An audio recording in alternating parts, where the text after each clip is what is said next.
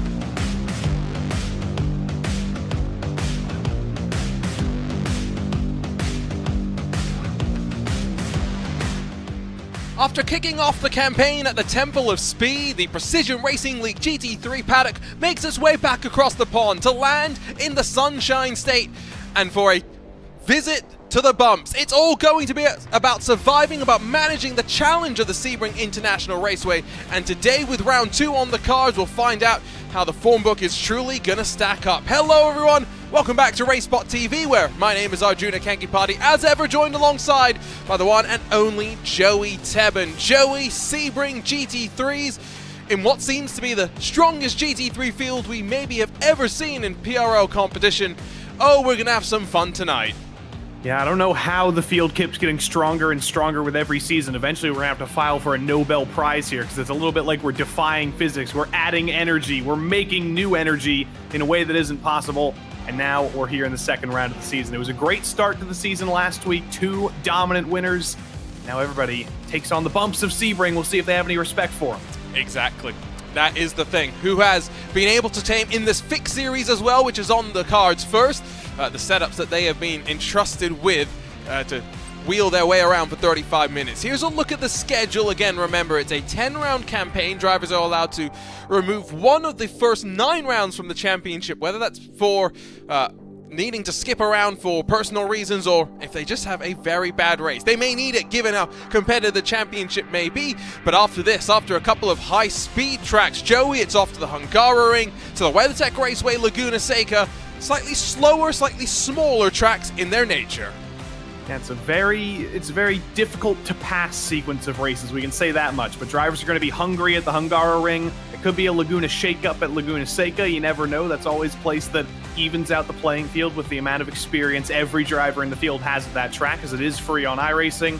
And then Jerez, things got pretty methy in Jerez last season. There was a lot of tire wear, there was a lot of heat, there was a lot of sliding. That's going to be a crazy race, and that's only the first half of the season. That doesn't even touch upon two of the finest GT3 tracks in Road America and at Interlagos, the new track at Lebanon, and, dare I say, the finest track in the world, Watkins Glen, to finish off the season. And again, just a reminder, you can't drop that final round of the championship, so you got to make sure you've been able to make your way through the season relatively unscathed. Here's a look at how the points play out, but of course with one round complete, it's just the results, effectively, of the previous race with some bonus points thrown in there as well. Luis Grullon leads Ross Sortino, Luke Davis, Artie Mercedes, and Dale Peterson through your top five, but ultimately we're going to be watching the trends over the course of the season. Let's talk about the team championship though, because maybe that's where we can draw some more form out of that first round, where multiple drivers have to score points. The Sebring Racing team currently lead and have a bit of an advantage over B&O Racing, SGE Esports, and Vulture Motorsports North. With just one race down, Joey, that's not an inconsiderable gap. It's not, but the critical thing for CRT, for the Sebring Racing team, is they have a lot of drivers. They've spread their net out wide. They used to mostly compete in the GT3 Sprint Series, but a lot of their drivers said, you know what, we can probably come down into the Fixed Series. This is more to the comfortability level of some of our drivers, and you saw that in race one. It was total domination from Luis Grullon. Some of his teammates did very well as well, got them those points that put them in the top of the standings, but there's some longtime PRL teams, including last season's team's champions, Vulture Motorsports. They had sort of an off week at Monza last week, but they're looking forward to getting things back to normal here and going back up where they belong. And I think this is going to be a team championship to really keep an eye on. Again, 10 round championships. You got to have consistency, and then in this team championship, you need it in numbers as well. Look from up above, just under 4 miles, 6 kilometers lies the Sebring International Raceway, of course, on the former side of a World War II training base for bombers. This is a track where, like Joey mentioned earlier, the bumps have come to define it, but of course, 12 hours of racing here. Joey, it breaks cars in a way that 24 hours of racing at other tracks somehow does not and cannot, is not able to do. It really does, and if you remember the comedian Rodney Dangerfield, he would always say, oh, I get no respect, but this is Rodney Airfield, and it also gets no respect. The bumps do not get the respect they deserve year upon year. The drivers, they're going to be racing through the sunset here. The sun's going to be getting in their eyes. It's going to be getting darker and darker, but the track's going to be getting cooler and cooler. The bumps, though, they're not going to go away. It's going to be as bumpy. It's going to be as treacherous in all of these braking zones for the entirety of these 35 and 45-minute races tonight. Lap 1 is always going to be an interesting affair, no matter where you're racing when you have more than 40 cars out on track, but qualifying always determines how you run your way into turn number 1. They're on track for that right now. They share the track, as you see. Before we take a look at the times and how they're running, let's take the time to thank all of those that make this possible, starting with Advanced Sim Racing. Owned and operated by passionate sim racers, Advanced Sim Racing designs and builds the sturdiest and most durable aluminum profile racing simulation cockpits available in the market today. All PRL members also get a 5% discount on ASR products using the Precision5 coupon code. Racebox offers mid and high-end button boxes for sim racing enthusiasts, from the casual gamer up to the most meticulous sim racing driver. Competitively priced and carefully handcrafted, our button boxes are an enjoyable addition to any sim racing setup. Visit raceboxsimracing.com and get a 5% discount also using the Precision5 coupon code. Buttkicker products add incredible immersion and realism to every game. Feel every nuance and truly put yourself in the driver's seat. Mechasim Hardware is a small company from the Czech Republic, and their goal is to produce high-quality sim racing hardware. If you are looking for a high-end pedal set, handbrake, or sequential shifter, visit Mechasim Hardware's eShop right now to get you up to speed. Muradness is a performance lifestyle brand motivated by motorsport and founded by professional race car driver Daniel Morad. For more information, visit muradness.com. And Mr. Hedge iRacing Photography. Capture your finest, proudest, or simply worst moments from your hobby in up to 8K resolution. A great addition to any sim room. We saw the pole positions very much being bandied around between the championship protagonists through 2023 Season 3. Of course, just one round down, hard to really know how it's going to go, but Artie Mercedes continues that fine form carried over from the first round of the championship, and more than a quarter of a second clear with still 3.5 minutes left to go. He is the second of the CRT drivers. His teammate Luis Grullon won 1 week ago, but Already Mercedes and the BMW finished 4th last week, got a huge haul of points for that team. There's also a secondary CRT team, that's Douglas Corey and Adnel Pena, but Adnel Pena rather, get the Anya right correct there. But CRT won there, they're riding up front. Unfortunately though, yet again, it's already Mercedes in a BMW, not a Mercedes. It's clearly the right decision, but it's not the right decision for me. Yeah, agreed. We need to see Arnie Mercedes in a Mercedes at some point, in a GT3 Mercedes to be specific. Or he has to change his name to RD BMW. Oh, good point. Legally as well. Luis Grullon in that CRT #1 team machine across the line. 3rd position, only 22 thousandths off of Jason Finch, who currently sits in 2nd, but also sitting down in pit lane. Don't think there's going to be enough time for Finch to get around and start another lap. Once the clock strikes 0, drivers are allowed to complete the lap that they are on. That is all that they will get. Waldo Walden's going to get one more lap, and that's it. The Ferrari driver, 32nd for him, a little bit lower than he would have liked. Had a great race at Monza last week, really put himself on the pace. But Pete Mejia, very strong last season, came into this season, his first full season with high expectations, and he puts it up on the front row. And he'll get one more chance as well. What a flyer and what a time to improve. Is the track coming to these drivers as well? There's the Lunatic Racing car. No improvement there, but also plenty of traffic out of the final corner. Excuse me, 2 more laps that some of these drivers will get. That's what I was trying to say. Let's not forget, fixed setups means they have a fixed fuel capacity, Joey, that they're trying to burn off.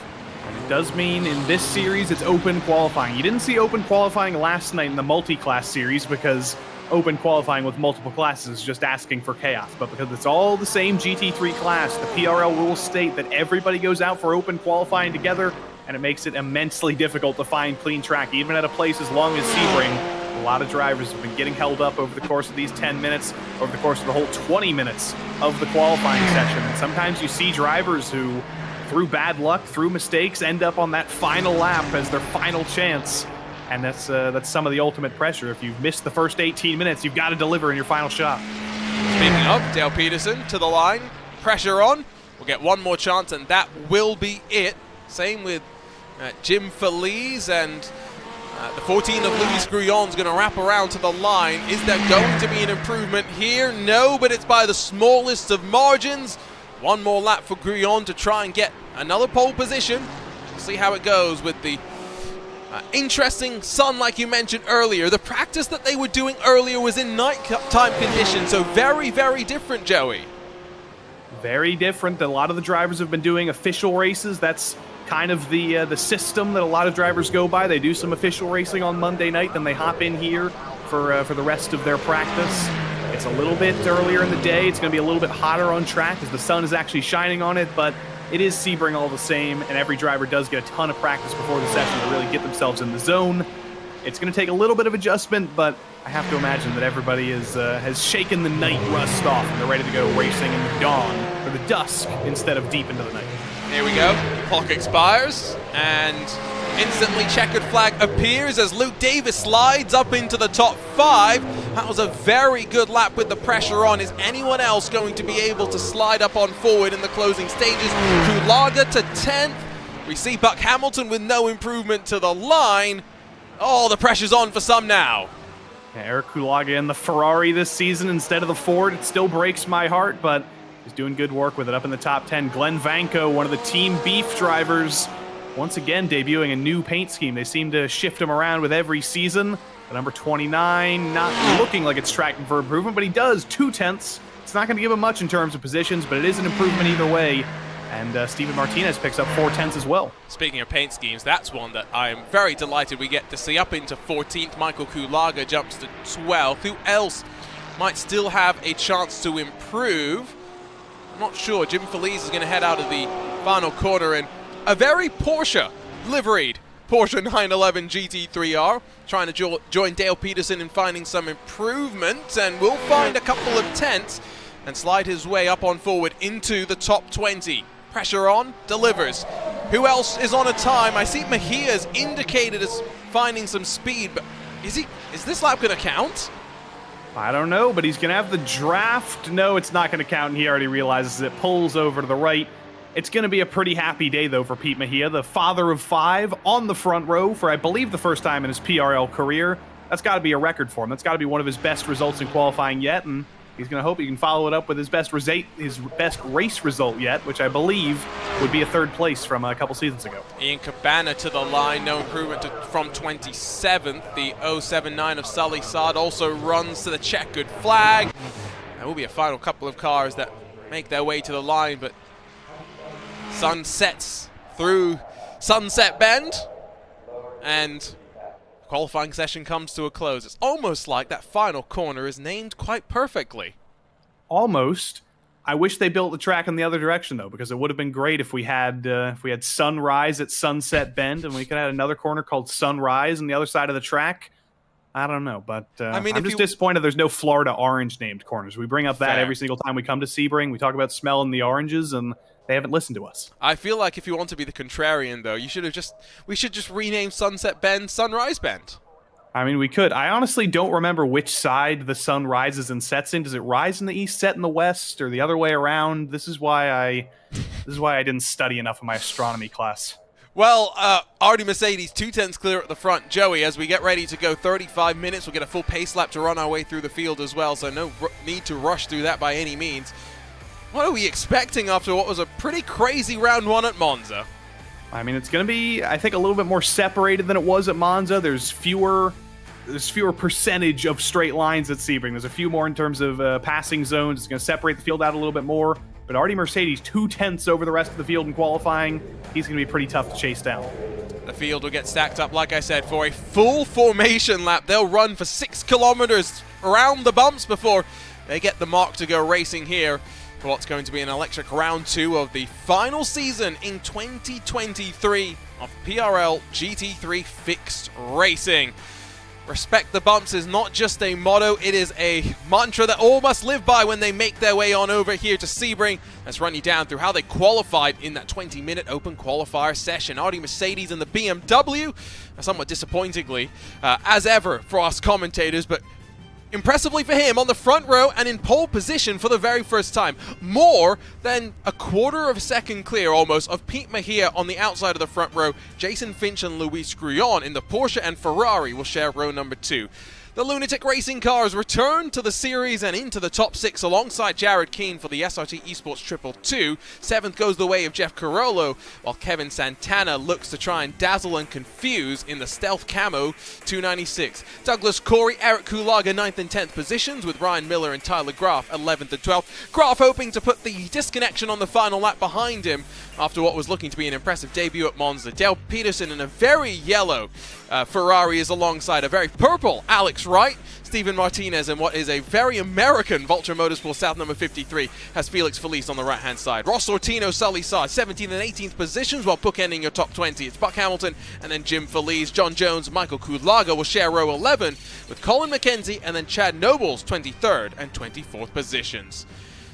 Only getting to like the halfway mark of the grid, Michael Fowler and Jochen Backer are about 1.2 seconds off of pole, but Ian Cabana and Pete Moller line up right behind them. Kenny Rodriguez, Matt Hilton in a pair of SRT Motorsports Porsches are 29th and 30th spots, with 31st seeing Andrew Trickett alongside Christopher Rhines.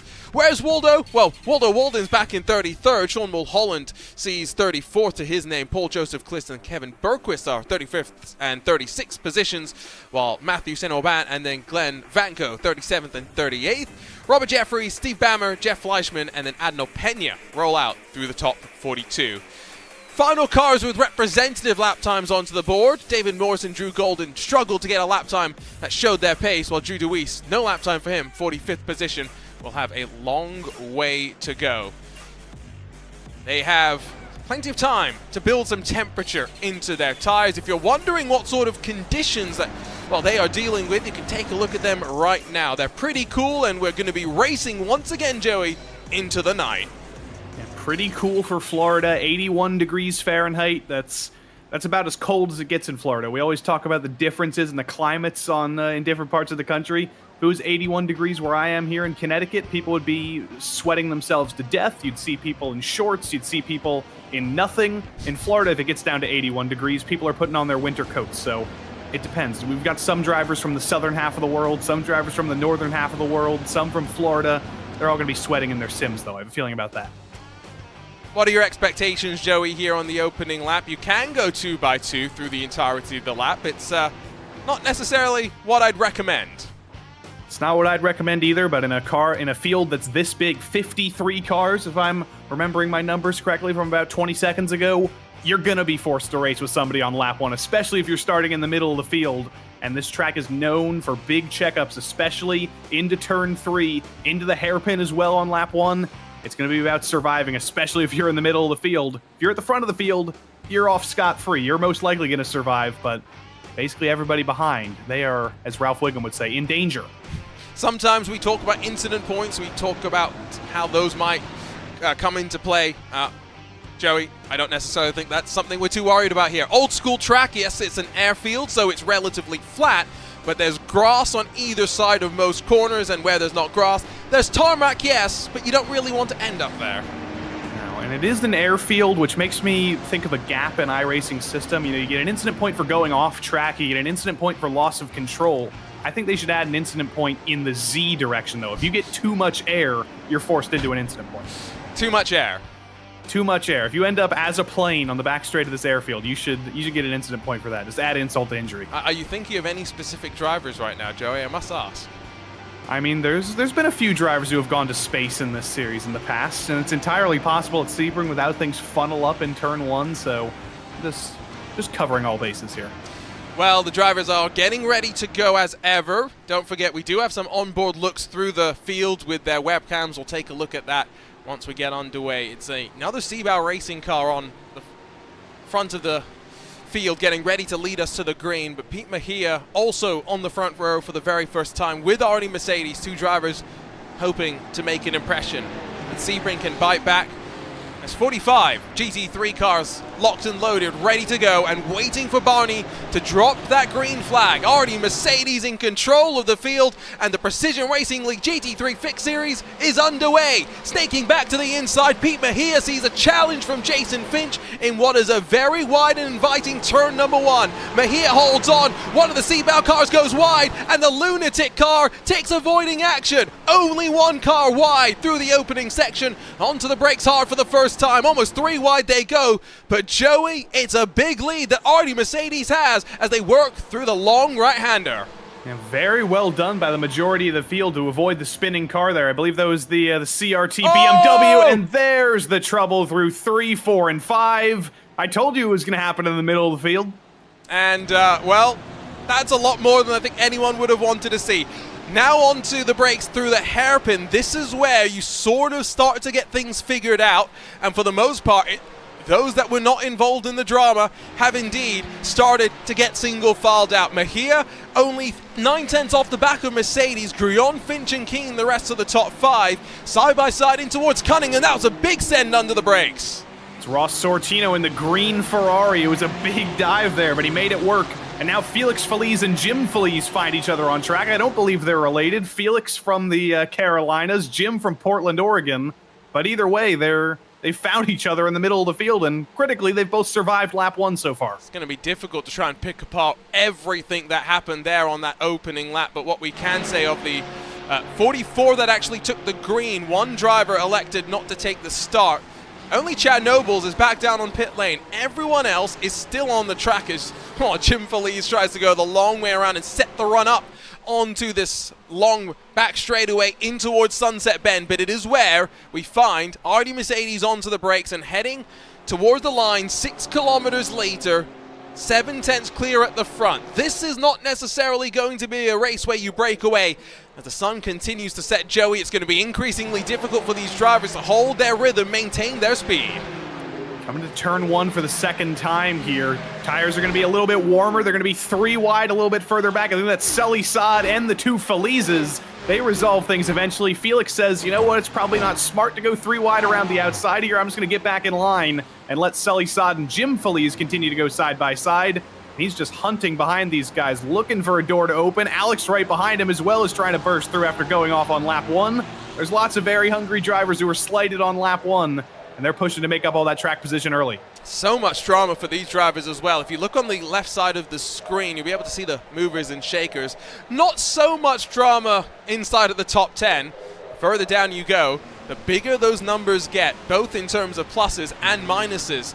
Dale Peterson swaps around with Sortino, Sully Sard swaps around with Jim Feliz. This, though, is all in the mid-pack. These are drivers who cannot afford this type of fighting. They're allowing those that ride at the front to save some fuel, maintain the speed, and Joey potentially win this race in the pit stop strategy.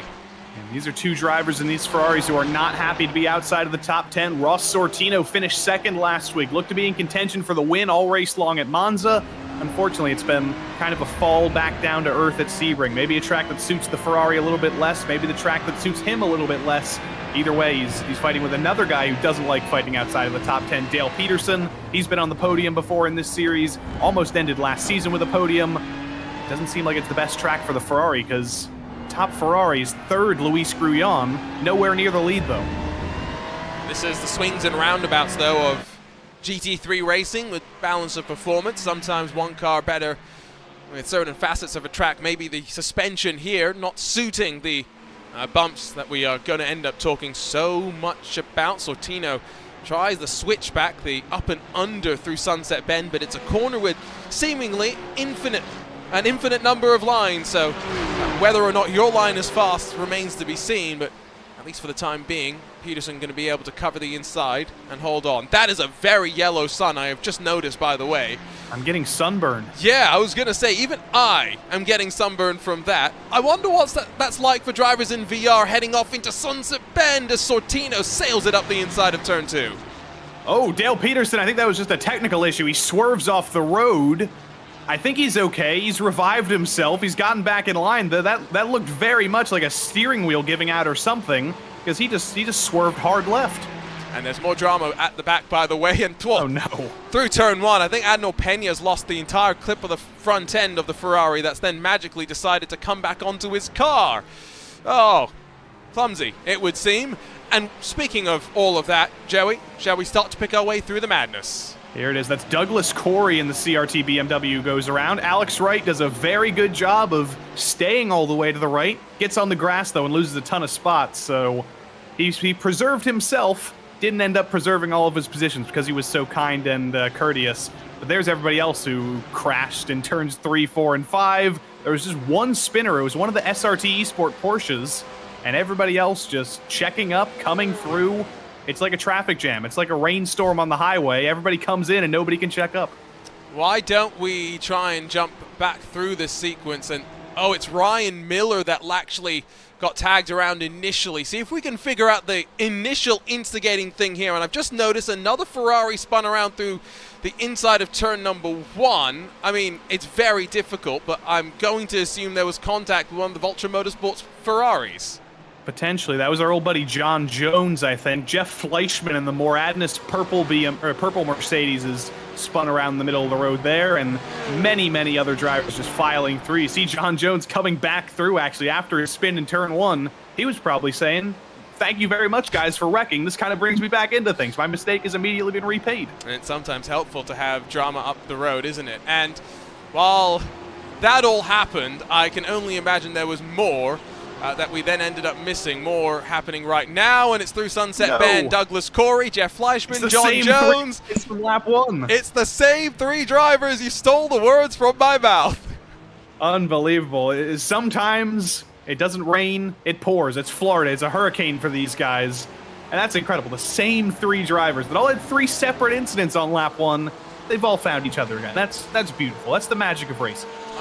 You say magic. I think they might have It's their chosen family. They may have some other words to describe what they are experiencing so far. I get the sense that there are plenty of replays for us to probably go and take a look at. So why don't we try and take a look at maybe what happened at turn 1 first, because I think that was the least recent. So here we go. From up above, oh, there's a car already spinning around. That was another CRT car. That was Adnel Pena, who heroically served as a translator for us for Manuel Troncoso in GT3 Sprint last week. He hasn't been repaid for his favors at all. Sebring decided to bite him, and there he goes. I think he got on the brakes to avoid another spinner up ahead of him, and that just set off the balance of the car, loops it around, and once again, it's a blind corner halfway through there. Many drivers coming through. The SRT Ferrari, very, very, very, very antsy to get through there. And here's how our chosen family found each other. John Jones in the Ferrari, Fleischmann in the Mercedes, rather. Where's... It all looked fine, and then suddenly it wasn't fine, as John Jones completely misses sunset. But where's Douglas Corey come into play here? Oh! Oh! Boom. I came in like a wrecking ball. Didn't hit anything, though. Did not hit anything. But I don't know how John Jones missed the corner that bad. I don't know if he just missed his braking point or what, but Douglas Corey maybe got a little bit of target fixation, but either way, he did not hit that incident at all. He slid... Oh, nope. No. Yep, he did. He backed into it. Yeah, so, wait. That's not safe for work right there. We're trying to figure out exactly why John Jones missed the corner. Let's look from this angle. I always love these sort of dynamic shots into the corner.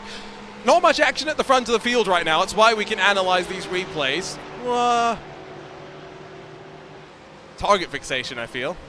Yeah, he tried to switch it around the outside, but he was taking too much speed, and then by the time he realized, he saw, oh, there's tires coming, there's a wall coming. Just did not end up well there for John Jones. Fleischmann's probably going to be angry because he did nothing wrong there. He was just taking the corner and got punted around.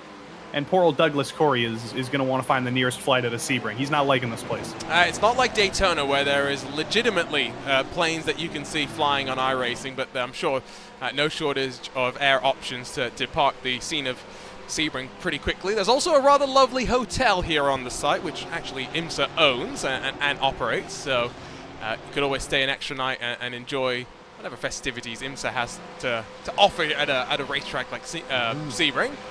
Be quite curious. I want to try the IMSA breakfast. Ooh, what would be an IMSA breakfast? What would each manufacturer that's part of IMSA contribute? So you have, let's take DPI as an example, LMDH, Acura, BMW, Cadillac, and Porsche. What do each bring to the table, Joey?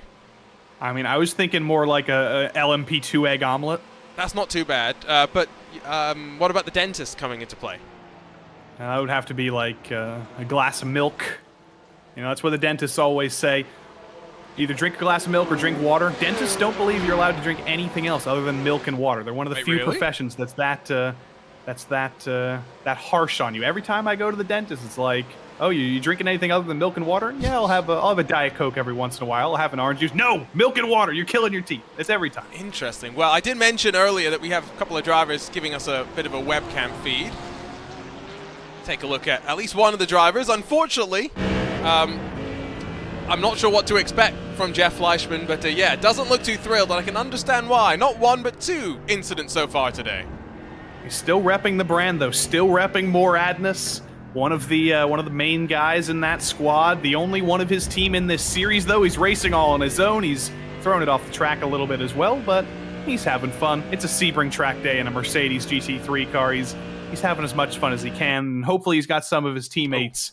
Even though they're not racing with him, hopefully they're on the radio with him. And hopefully the pit crew's ready to replace the front end of that Mercedes, because yeah, that's not it's not how it left the factory, unfortunately. Or maybe that's weight saving. Two ways to look at it. They're kicking off a bit of a squabble for 20th or so position. You've got Buck Hamilton that leads now. Matt Hamilton, Jochen Backer, Ian Cabana, Kenny Rodriguez. Not 3 wide down into Cunningham, please. Back out of that one. It's the Porsche that's also been squished on either side that loses out through that entire sequence. Matt Hilton now in front of Backer. Speaking of hotels, we got Hilton and Cabana fighting in the same pack here. How does that roll around there? Jochen Backer in the fray as well. More drivers who aren't used to being back here. Buck Hamilton frequently in the top 10. Jochen Backer finished second in a race last season. But Sebring's difficult. It's one of the hardest tracks in the world. That's why even some of the best haven't actually won here. And that's why so many drivers, when Sebring comes up in the official series, just say, you know what, that's going to be too difficult for me. Like me, I don't want to put the practice time in. I can't put the practice time in because it's too difficult. But everybody here braving the challenge of Sebring, and to be still running at this point is an accomplishment in and of itself. Again, this track breaks cars in 12 hours in ways that other tracks over 24 plus cannot. It's why for the new GTPs, the likes of Porsche came here and ran 36-hour tests, hoping to try and find the niggles of their car. Unfortunately, testing can only go so far. They found a few more once they went racing. Look at this up towards the front, though. Our new Mercedes, feeling the pressure. Pete Mejia's cut the gap in half. It's now under half a second. Luis Grullon, Jason Finch, Jared Keane, Jeff Carollo. The train extends backwards, and the thing that you'll notice, field of 44 took the green, for these leaders, not many pockets to think about in terms of pit strategy. No, the pit strategy is somewhat more simple in this series than it is in other series, but at the same time, it gets a little bit more difficult. There's only one stop in most of these races. A pit stop is not required by the rules. It's required by the laws of physics, though. The fuel tanks simply can't go the entire 35-minute distance of this race without running out. They're fuel limited in that way. So you do have to make a stop. That stop is not going to be long enough, and the race isn't going to be long enough to take tires, though. So the undercut based on tire life, based on putting new tires on, is not something any driver in this series thinks about. The only pit strategy for everybody in the field is either saving more fuel in the car in front and trying to jump them, or coming out into clean air, having the leader in traffic, and trying to get ahead of them that way. Those are the only two strategy options. It's a close window. With the conditions pretty cool as well, it does tend to mean that we are sipping a little bit more fuel, a little bit more time on throttle because there's more grip available, and therefore requires a little bit more out of the fuel reserves. Just something to keep in mind. Are we going to see a bit of a swap around? Are Jason Finch and Keane. Yeah, Jason Finch gonna let Jared Keane by. Now, was this slowdown related, or are the SRT teammates working on something here? It all comes, by the way, as Colin McKenzie's had a bit of an oopsie out onto the back straightaway. Oh dear, we gave them so much praise last week, the lunatic cars, but here's the first takers, Kevin Santana and Tyler Graff. Both in pit lane early. They're both trying to stay out of traffic and maybe jump some of those drivers ahead of them by getting into clean air. But I don't think we've ever actually seen pit stops this early before, because they're not running these cars dry. They're just feeling like they can maybe find a little bit more speed. You'll note, by the way, Kevin Santana might be trying to bamboozle you with the paint scheme on this car, but yeah, I was gonna ask. I can't see the car. Where's the car? I just see a floating number plate. I was gonna say, at least has been able to get the number plate correct. Congratulations, Kevin Santana, on that. Comes out just in front of Tyler Graff. The two split by 0.2 of a second in terms of pit stop time. So very curious there. Take you back, Joey, to what happened to Jason Finch riding in through that final sector. Let's see what we can figure out. Let's see, everything looks pretty straightforward, clipping the curb. Yeah, I don't think it was a slowdown. He just gets off the road onto the grass. It's not a slowdown he had to serve. It's basically himself slowing down, not being able to get on the throttle, and then he sees his teammate coming. I assume they were discussing on the radio, and he probably said, you know what, Jared, take it. I don't want to hold you up. I'm just going to slot in behind and minimize both of our losses here. And if we cycle back to Colin McKenzie out of that final corner, are we going to see something similar, pushing a bit wide and then not having the grip laterally to be able to hold on behind teammate, by the way, in the purple lunatic car? No! Whoa, very weird. Spins on the inside. That's very odd. Looks like he clipped the curb just wrong, got in the rut with just the left rear tire, and it just loops it around. Here he is coming through the right rear tire, rather. I think you're going to see it just barely dig in. No, it's actually the right front that digs in. None of the other tires went into the rut, and then that just loops it around right in front of another Ferrari who was very lucky to make it through there. I think that was Buck Hamilton, but that's very weird. You've got to be careful on the curbs here, because some of them like that, they have a rut in the inside, and it can loop you around like that, especially in open wheel cars, but in GT3 as well. Another take at a pit lane, Luke Davis. This is an interesting call. Steven Martinez will follow. Seems to be that plenty of drivers feel like getting out of the traffic's going to be important. Look up towards the front. Pete Mejia is being sandwiched right now. Seabow Racing Team in front, Seabow Racing Team behind, and Pete Mejia in the Porsches holding up quite well after his first front row start of his PRL GT3 fixed career. He's given the heat, he's given the Pete goes on. Taking a peek to the inside. It's not going to work because Luis Grullon is actually going to get to the outside of Mejia. He's not able to stick it around there, though. It's tough to go around the outside of the hairpin there, and Grullon learns that the hard way. He's doing a very good service to his teammate, though, because if Grullon can fight with Mejia for a second, he's going to try and send another dive. That could keep Artie Mercedes in control of this race and maybe get a 1-2 for CRT1. For now, though, Mejia is able to fight off the attack. And again, remember, CRT1 looking quite good overall in that team championship. Already triple-digit points, just one round into a 10-round campaign out of Tower Corner.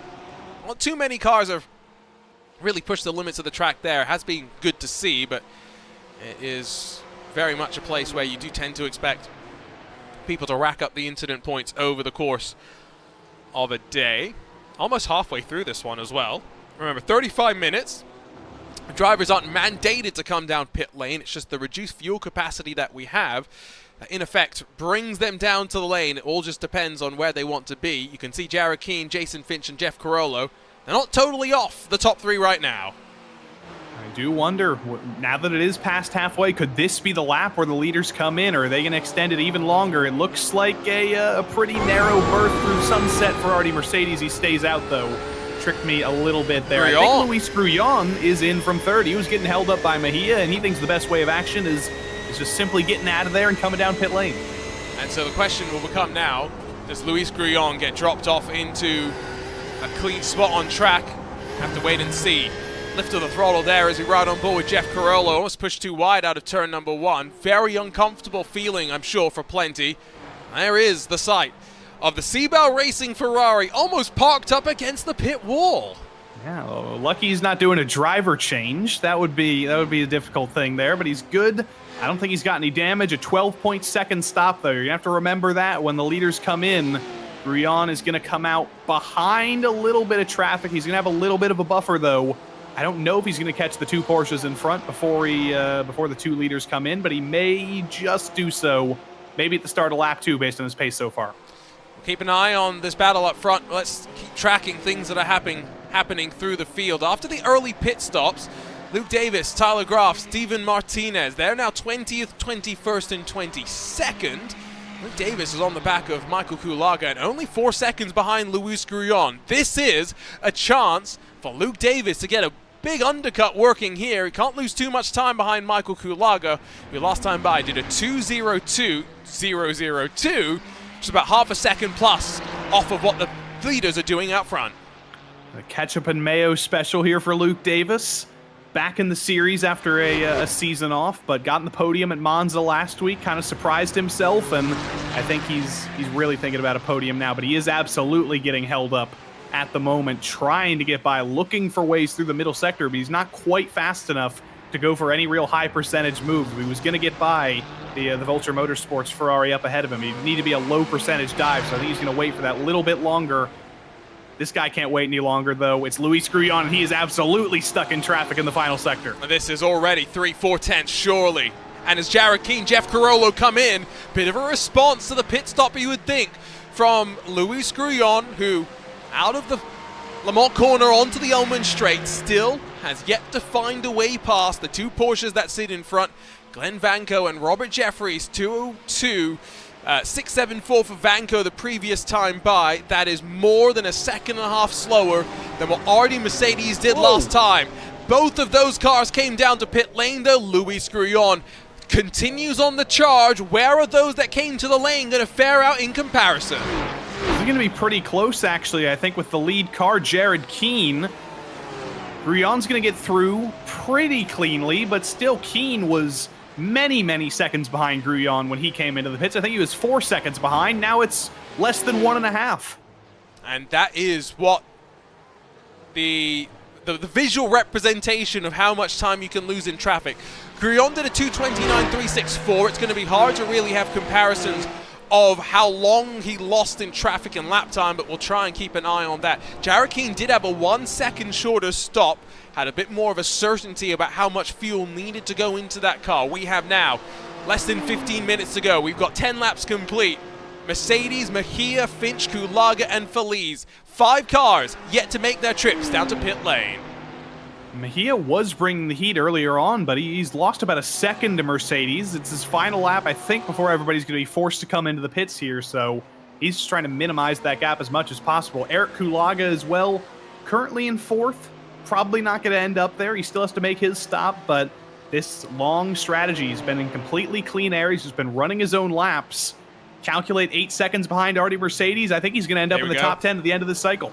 But got to execute now on pit lane. I think I saw, that was traffic that was, I think, staying out. Jason Finch is going to come down to the lane, as will, I'm sure, Eric Kulaga and Jim Feliz. 11 laps, the longest that anyone's going to be able to do. Luis Grillon's already onto the back straightaway, onto the Ulman Straight, and running down into sunset.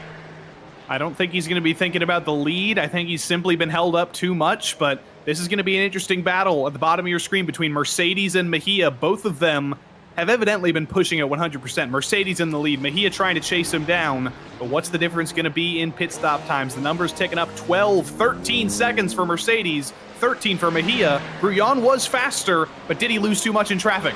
Let's watch the merge off of the lane. Where's the Ferrari? Closer to Mejia than to Mercedes initially, but on the run in towards the first braking zone, that we'll see. One Porsche goes off. Jared Keane loses it through the opening corner. Mercedes has got the point, but it is a Sebring Racing Team 1 and 2. Mejia's out of drafting range.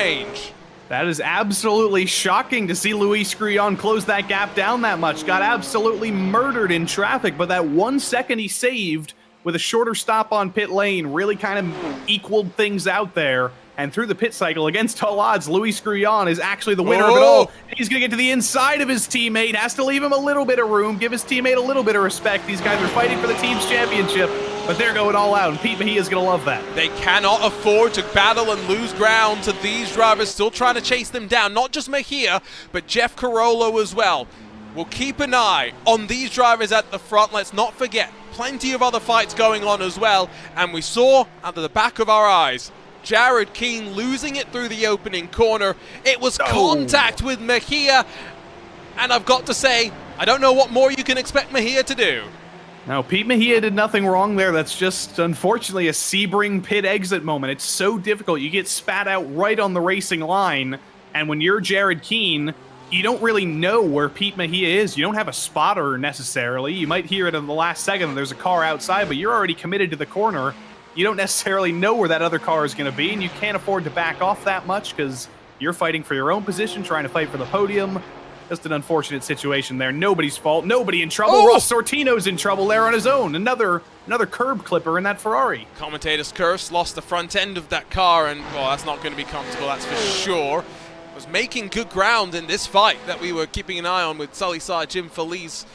Plenty of drivers finding out just how difficult Sebring can be, and Ross Sortino's lost it again. That car is clearly not handling well. There's something wrong with it. It will need to head back to the pit lane. Yep, new damage model on these GT3 cars. Doesn't lead to the same level of damage we had in the past, or the same kind of damage we had in the past.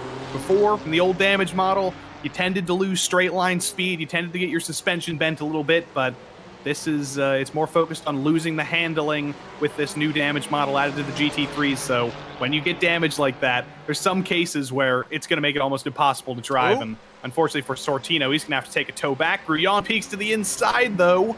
Still can't get by his teammate.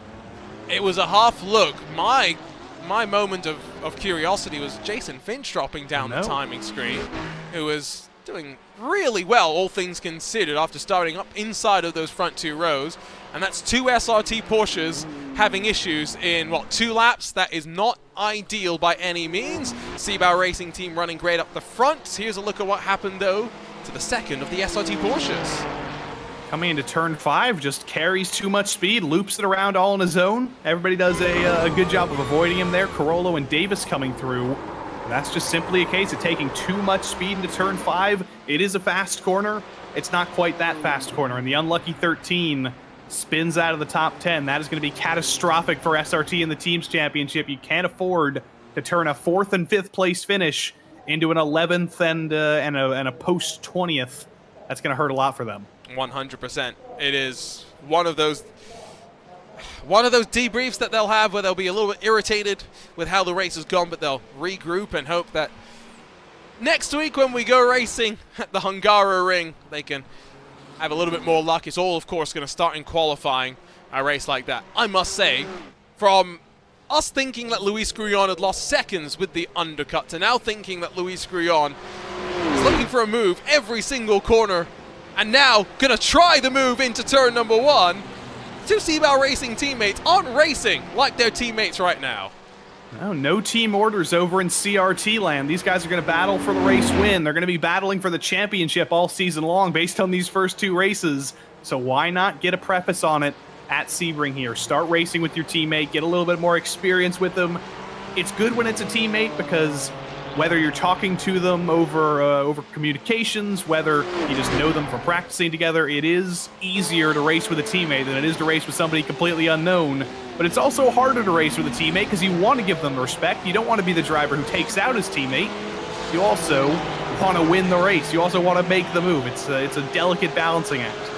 This is, I think, one of the weirdest situations as well, right? Because you've got someone closing in from behind. How with 7 minutes to go, which means 3 laps to run after this one? Are you going to play the team games? And let's make sure we're clear here. Mejia's in the draft. Mejia is now very much part of this train for the lead, has closed the half a second that he needed to be able to reinsert himself into the mix. Jeff Carollo, unfortunately, has not been able to close. And Luke Davis, showing the power of the undercut after what was a tumultuous opening lap, is back up into 5th.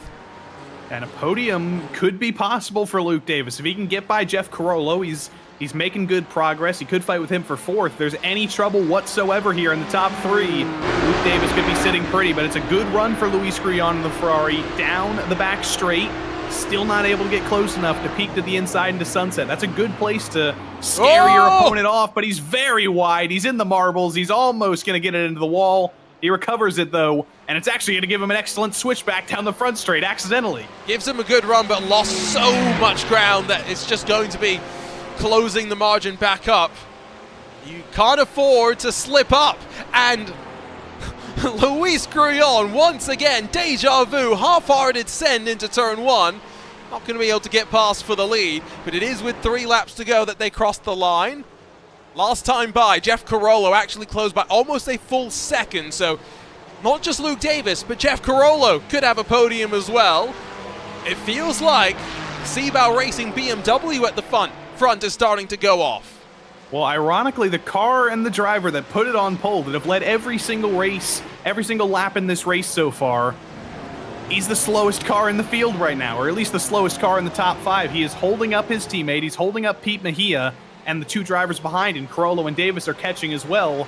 That doesn't really matter, though. If he can keep all of them behind, you can be as slow as you want. If you're a fantastic defensive driver, if you can get the elbows out, if you can keep your teammate behind, it's going to be a race win all the same. And this is the ultimate pressure right now for Artie Mercedes. He's never been up front in the Precision Racing League before, and now he's got his teammate who won the race last week behind him, who's trying to pass him about 3 times per lap. At least 3 times per lap as well. Sebring is an underrated track, I think, in my opinion. If you ask Ewan O'Leary, he was no longer racing in this series, and maybe good riddance as well after this particular opinion. He wants to repave Sebring. Ewan O'Pavey, as he became known, I believe. Luckily, Ewan has decided that he needs to focus on his schoolwork. He needs to sleep in the time when these races take place.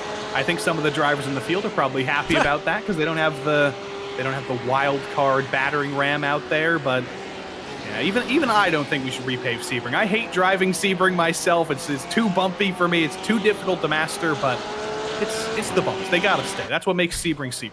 Mercedes slid wide, Mejia slid a bit wide as well. They're all making small mistakes out through turn number, the final corner, excuse me, turn number 17. 4 minutes to go. We could have 2 laps to go. Might also have 3 laps to go. We'll see what happens. Jim Feliz has come together with Jason Finch. It's more Porsche on Porsche drama. I have to start thinking about the incident limit here soon. You only get 13 incident points before you have to serve a drive-through, 17 before you're disqualified. And they're going about 5 wide down the front straight here. Alex Wright trying to figure out where to go. Jim Feliz just kind of getting off the road to make sure he doesn't cause any trouble. But that was 4 wide, 5 wide at a point there. Alex Wright trying to be Alex Wright here right now. Fortunately, we all survived. What happened into the corner, though, to set up all of this? You've got the SRT car up the inside. And, well, I think Arnaud Genet, Chief Driver Stewart at the PRL, looking from up above, is going to have a pretty slam-dunk case. Yeah, Jason Finch was against the wall, though, but he did send it in. I'm sure that'll be sent in for review if either of these drivers actually care. They've had enough bad luck today. They were already down there. They might as well just say, hey, you know what? It was a bad day. We're not even going to protest this. It's a system that depends on the drivers. The reviews are not done by the admins automatically. You have to submit a protest if you want your incident to be reviewed. And if I was either of those drivers, I would just say, screw it. I'm going to bed. I'm not dealing with this anymore. See what happens. We'll talk about it maybe next week. Out of Le Mans, onto the Almond Straight, cantering for what might be the penultimate time. The wet pit lane off to driver's right. And the entry into Sunset Bend with the sun below the horizon now. It is going to be a full commitment lunge into the corner. Already Mercedes swings a little bit wide. Luis Grullon trying to tuck underneath as Pete Mejia, a bit too tentative, loses a lot of ground out of that corner. We're going to get 2 more laps to go. 2 minutes and 4 seconds at the line. It's still CRT 1-2. Who will be on top come the end? Once again, Grullon half lunges up the inside. Has everybody put enough fuel to make it that extra lap is my question, so that could be an interesting dynamic. At the end of the race, Grullon sends it into turn 3, tries to scare his teammate a little bit, doesn't succeed in doing so, has to slot back in line. Grullon's been going for some very interesting attempts at the overtake. Through turn 1 has never worked for him. Through turn 3 has never worked for him. You have to wonder, can he start thinking about different places to overtake right now, change his approach, because what he's been doing has not been working for him. So I feel like Mercedes is saving some fuel. Grullon did have a shorter pit stop, let's not forget. It was only marginal when we're talking the pit stop times. You can see those on the left-hand side of your screen, but that's maybe 1 lap longer, like Joey's mentioning, the drivers weren't thinking about. Let's just listen with Mercedes for a moment, coming out of Cunningham, swooping through Collier, and turn 12 and Tower. Is there going to be a lift here? Yes. Oh, he's off the road. That's not going to help fuel mileage getting on the grass. That's going to make Grullon very happy. He's all over the back of him, takes a peek to the inside through the fastest corner on the track. It's going to give him the outside of the road, though, but for the first time, the teammates are side by side. They've got to give each other all the respect in the world, and here comes Mejia to the lead. Is it going to be the 2-for-1 up the inside of Le Mans? Mejia clears Grullon, but not Mercedes. The BMW with the better drive off the corner, but still 1 more lap to go after this. Joey, do these drivers have enough fuel? Pete Mejia's tucking back into line. He might have a slowdown. He might have a slowdown, or he might just not have enough fuel in the car. He's saying, I've got to lift a little bit. That was almost an incredible move for Mejia. It didn't work out for him, and now he's got to wait for Grullon and Mercedes to go side by side again as they are out of the final corner. It was a slowdown for Mejia. Cut just that little bit too much of that crucial corner onto the back straightaway. The teammates will be side by side. The Ferrari more alongside than it's ever been. Grullon clears and now has the lead, heading off into turn number 3. Mercedes tried to switch it back, but just couldn't get the traction through turn 1. Mejia's going to peek it to the inside of him as well. Already Mercedes led the first 34 minutes and 59 seconds of this race, but the second the final lap came, his teammate was finally able to pounce, and I don't think he's going to be able to catch him again. I agree. I think Luis Grullon's attack showed that he had enough fuel and felt confident in getting to the end. Onto the brakes, into the hairpin one final time. Here's the look from up above, and Joey, you'll see 4 tires inside of that yellow line. Pete Mejia's chance for the victory potentially going away there. He's going to be kicking himself for that one. He had to go for it. He had to send it when he got the chance, but he's going to be thinking, if I could have just been a couple of inches further to the left, or if maybe I was a little bit more patient, I could have had another shot. He's not down for the count. He's still thinking about fuel with the 2 in front of him, but he may have used up his last chance for the win. I think we need to look one more time at that replay of the pass for what might be the lead. Let's not forget they still have half the lap to go.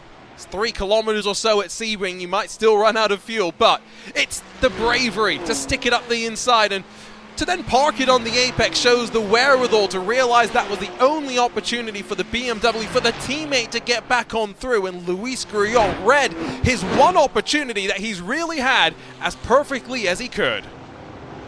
Down the Ullman straight for the final time. Already Mercedes and the BMW is within draft range, but it's 0.6 of a second. It's going to be too far, and unless his teammate runs out of fuel, he is a little bit slower on the straight, but I think he may be comfortable to make it to the finish, and that could be 2 for 2 for Luis Grullon if he can make it a couple hundred more feet.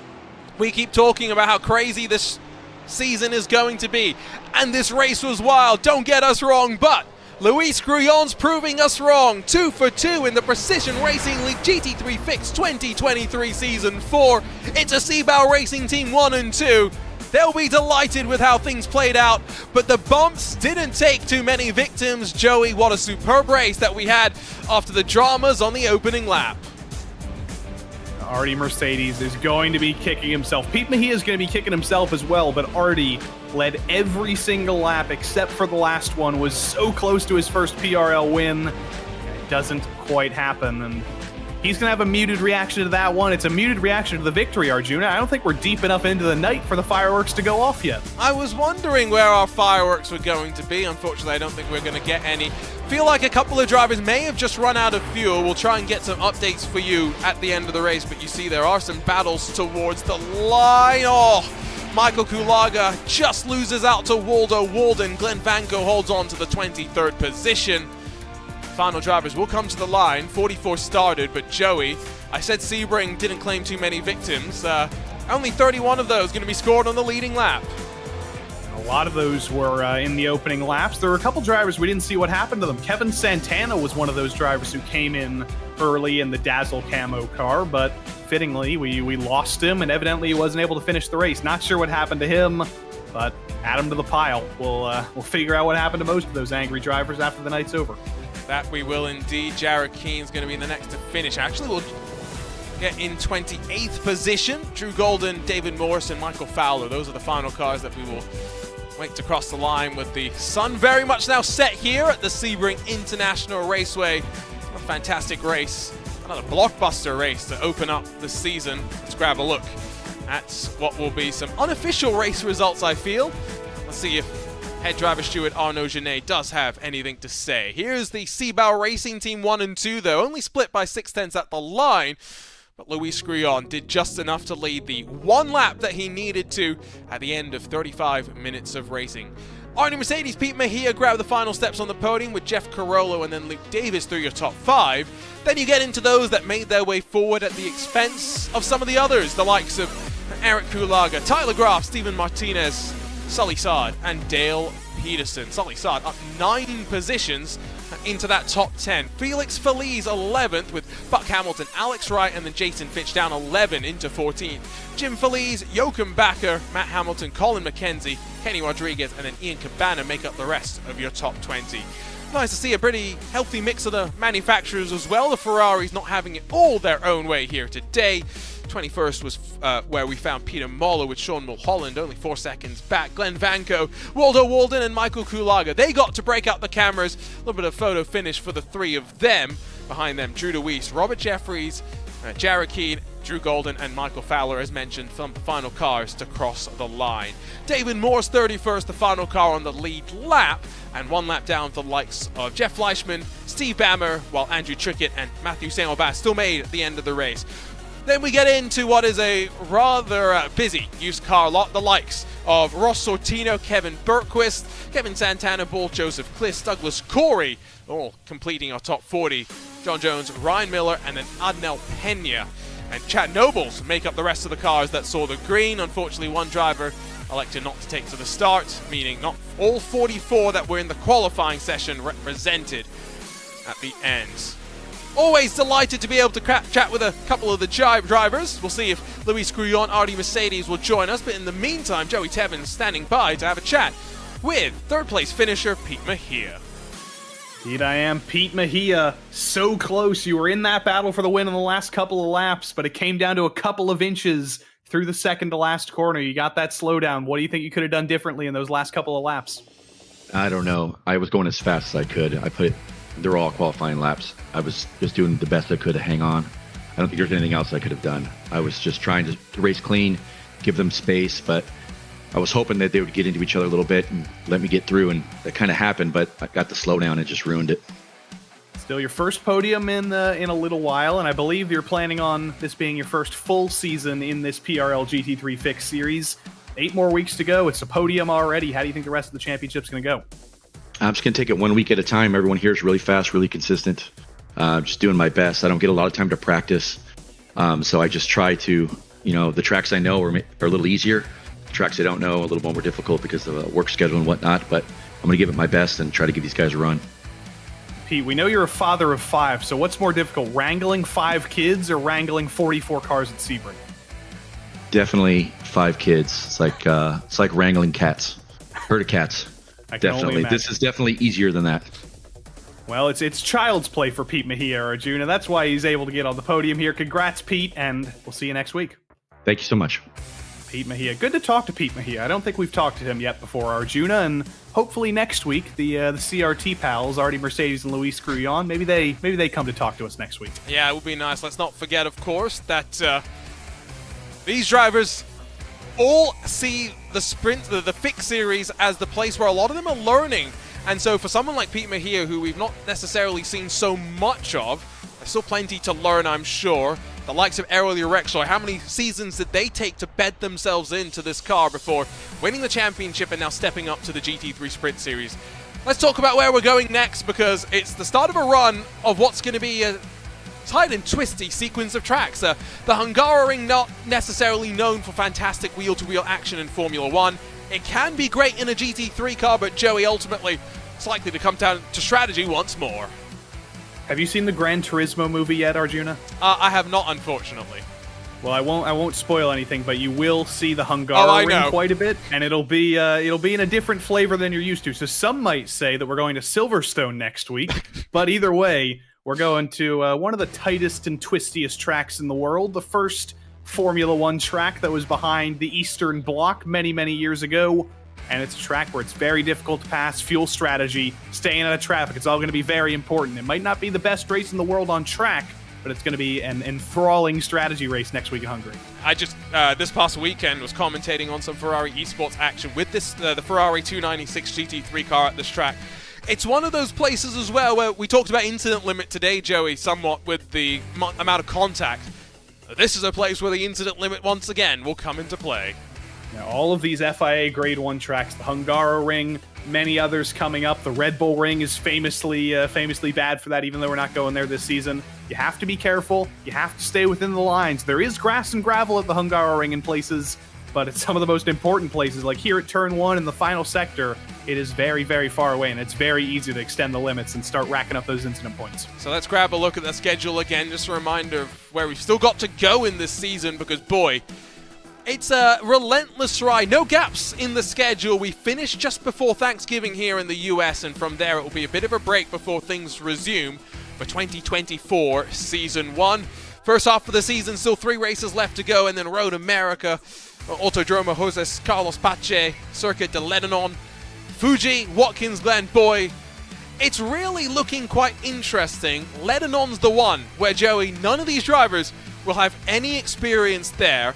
I wager some of them hadn't even heard of that track before iRacing said they were introducing it. That's pretty likely. I'd heard of the track beforehand. I knew it as sort of a club track where they raced sort of smaller French open wheel series and maybe some GT4, but they did race GT3 there in the past in the real world, so there is precedent. There's not precedent on iRacing, though. It's very tight. It's very twisty. It's almost like a street circuit, but with an absolute heck ton of elevation change. I wonder if that could potentially be a Long Beach or Detroit-style race where drivers thinking about going the whole race with 0 stops, but I'll have to wait for more development on that idea. Can I ask if they ran 50 GT3 cars around Lebanon in the real world? I mean, based on some of those series, I think that's possible. There's some of those local GT3 series across the world where they have like 80 cars on track at the same time, and they just say, you know what, whatever, put them all out there. They'll deal with it. All right, well, we'll have to, I think, get a pretty interesting sense. What we do know is we do have the potential for 50 GT3 machines to land up at Lebanon in just a handful of weeks' time, because while one GT3 series is done, the GT3 Fix Series says goodbye to Tuesday night for the time being. We welcome in the GT3 Sprint Series. Add 5 more minutes onto the clock. Give the drivers open setups, and now tell them, go fast around Sebring one more time. It is potentially the strongest field that the series has ever seen. And last week at Monza, it was not a temple of speed, it was a bedlam of madness. It was somewhat to be expected. Some drivers getting their very first sense and taste of PRL competition. But Joey, I think we're expecting a lot today at Sebring, a track that so many of these drivers will have so much experience at. There's many drivers in this series that have a couple of hours of experience at Sebring just a couple of days ago in the Ivor Endurance Series here on RaceSpot. Ethan Bass, one of many that comes to my mind initially. Daniel Ferguson, Guillaume Levique. Go down the list. There's a ton of drivers who might actually be getting sick of Sebring right now. They've driven it so much over the past couple of days, but this will be the final step in their journeys. Get all that practice out of the way, get all that education, and deliver it right here. Only 40 minutes in this race, so it's a sprint compared to what they did earlier this week. It's a sprint compared to every other race this season. 40 minutes, that's all you get in this GT3 Sprint Series. Make any moves you want. So that's the same schedule that, of course, we're running down through, with the addition of the 5 extra minutes for each of the races, the inclusion of the open setups as well. Once again, just like with the fixed series, the points, well, they're as they finished after the first round. Manuel Troncoso, Guillaume Levesque, Nathan Lewis, Simon Theriault, Boris Ovando, Vincent Trepigny, Jeremy Gonzalez, Dalton Savadil, Nane Tavares, Martin Crisp. That's the top 10, and there are names missing from there, Joey, that are World Championship caliber drivers. Yeah, Daniel Ferguson ended up in an accident with Dominic Olivier on lap 1 at Monza. Both of them are all the way down the order. Nicholas Rubilar, who's supposed to be with us this season, didn't actually make it to race number 1, so we may see him later on this season. Andrew Caron got in an early accident. Many other drivers ran into early trouble or ran into other assorted things that couldn't get them to round 1. This is the top 10 right now. I'm sure you'll see a lot of these guys here for the whole season, but there's plenty more that can happen, plenty more that can shake this up. We are expecting shakeups, that's for sure, over the course of the season. Remember, last season was all about 2. Karl Modov, Vincent Trepigny, defending champion outside the top 5 to open up the season. Team Championship a little bit closer than what it was in the fixed series. The Precision Racing Esports Black Team unable to break into triple digits, but then you'll know 10 points back to the Lease Esports crew. SimCity Racing 1 point further back. CRT then 2 points further back. I think, Joey, we talk about the team champion, the Drivers' Championship being very wild. It means for a very interesting team dynamic as well. I have no idea how this is going to play out. Lease Pure Sims, that's the combination, of course, where Daniel Ferguson is linked up with a brand new outfit at Lease Esports. Yeah, Guillaume Levesque and Daniel Ferguson make up Lease X Pure Sims, but you notice there's 52 points there? Remember how many points Guillaume Levesque scored in round 1? He scored 52 points. With Ferguson's early crash, he got no points for the team. So that's already one team on the back foot, and that's a team Precision Racing Esports Black. Nathan Lewis finished 3rd, Jeremy Gonzalez finished 7th. That adds up to the lead of the championship. It's all about consistency. It's all about keeping multiple cars in the top 10 to score maximum points. And with some teams that are inevitably going to run into trouble, it's a big grid. There's a lot of crashes when you have a big grid like that. You got to keep your cars on the road and have as many teammates as possible finish. Let's talk about the Sebring International Raceway once more. Again, over 6 kilometers in length, 17 turns.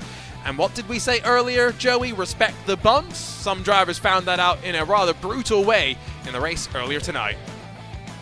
I imagine a lot of these drivers have been studying that fixed race just to, get a sense of things, get a sense of when the sun was setting, when it started to get dark, because this race is going to go a little bit deeper into the night. There's those 5 extra minutes. It's going to get that little bit darker, and it's going to get that little bit cooler at the end of the race. It's a fixed setup versus an open setup series, but there's lots you can learn from the dynamics in race 1. There's lots you can learn about survival in a grid that's similarly as big, and they had a lot of trouble on lap 1 in the previous race. I think the other thing to consider is we can learn a bit about car dynamics and what to maybe expect from some of the machines.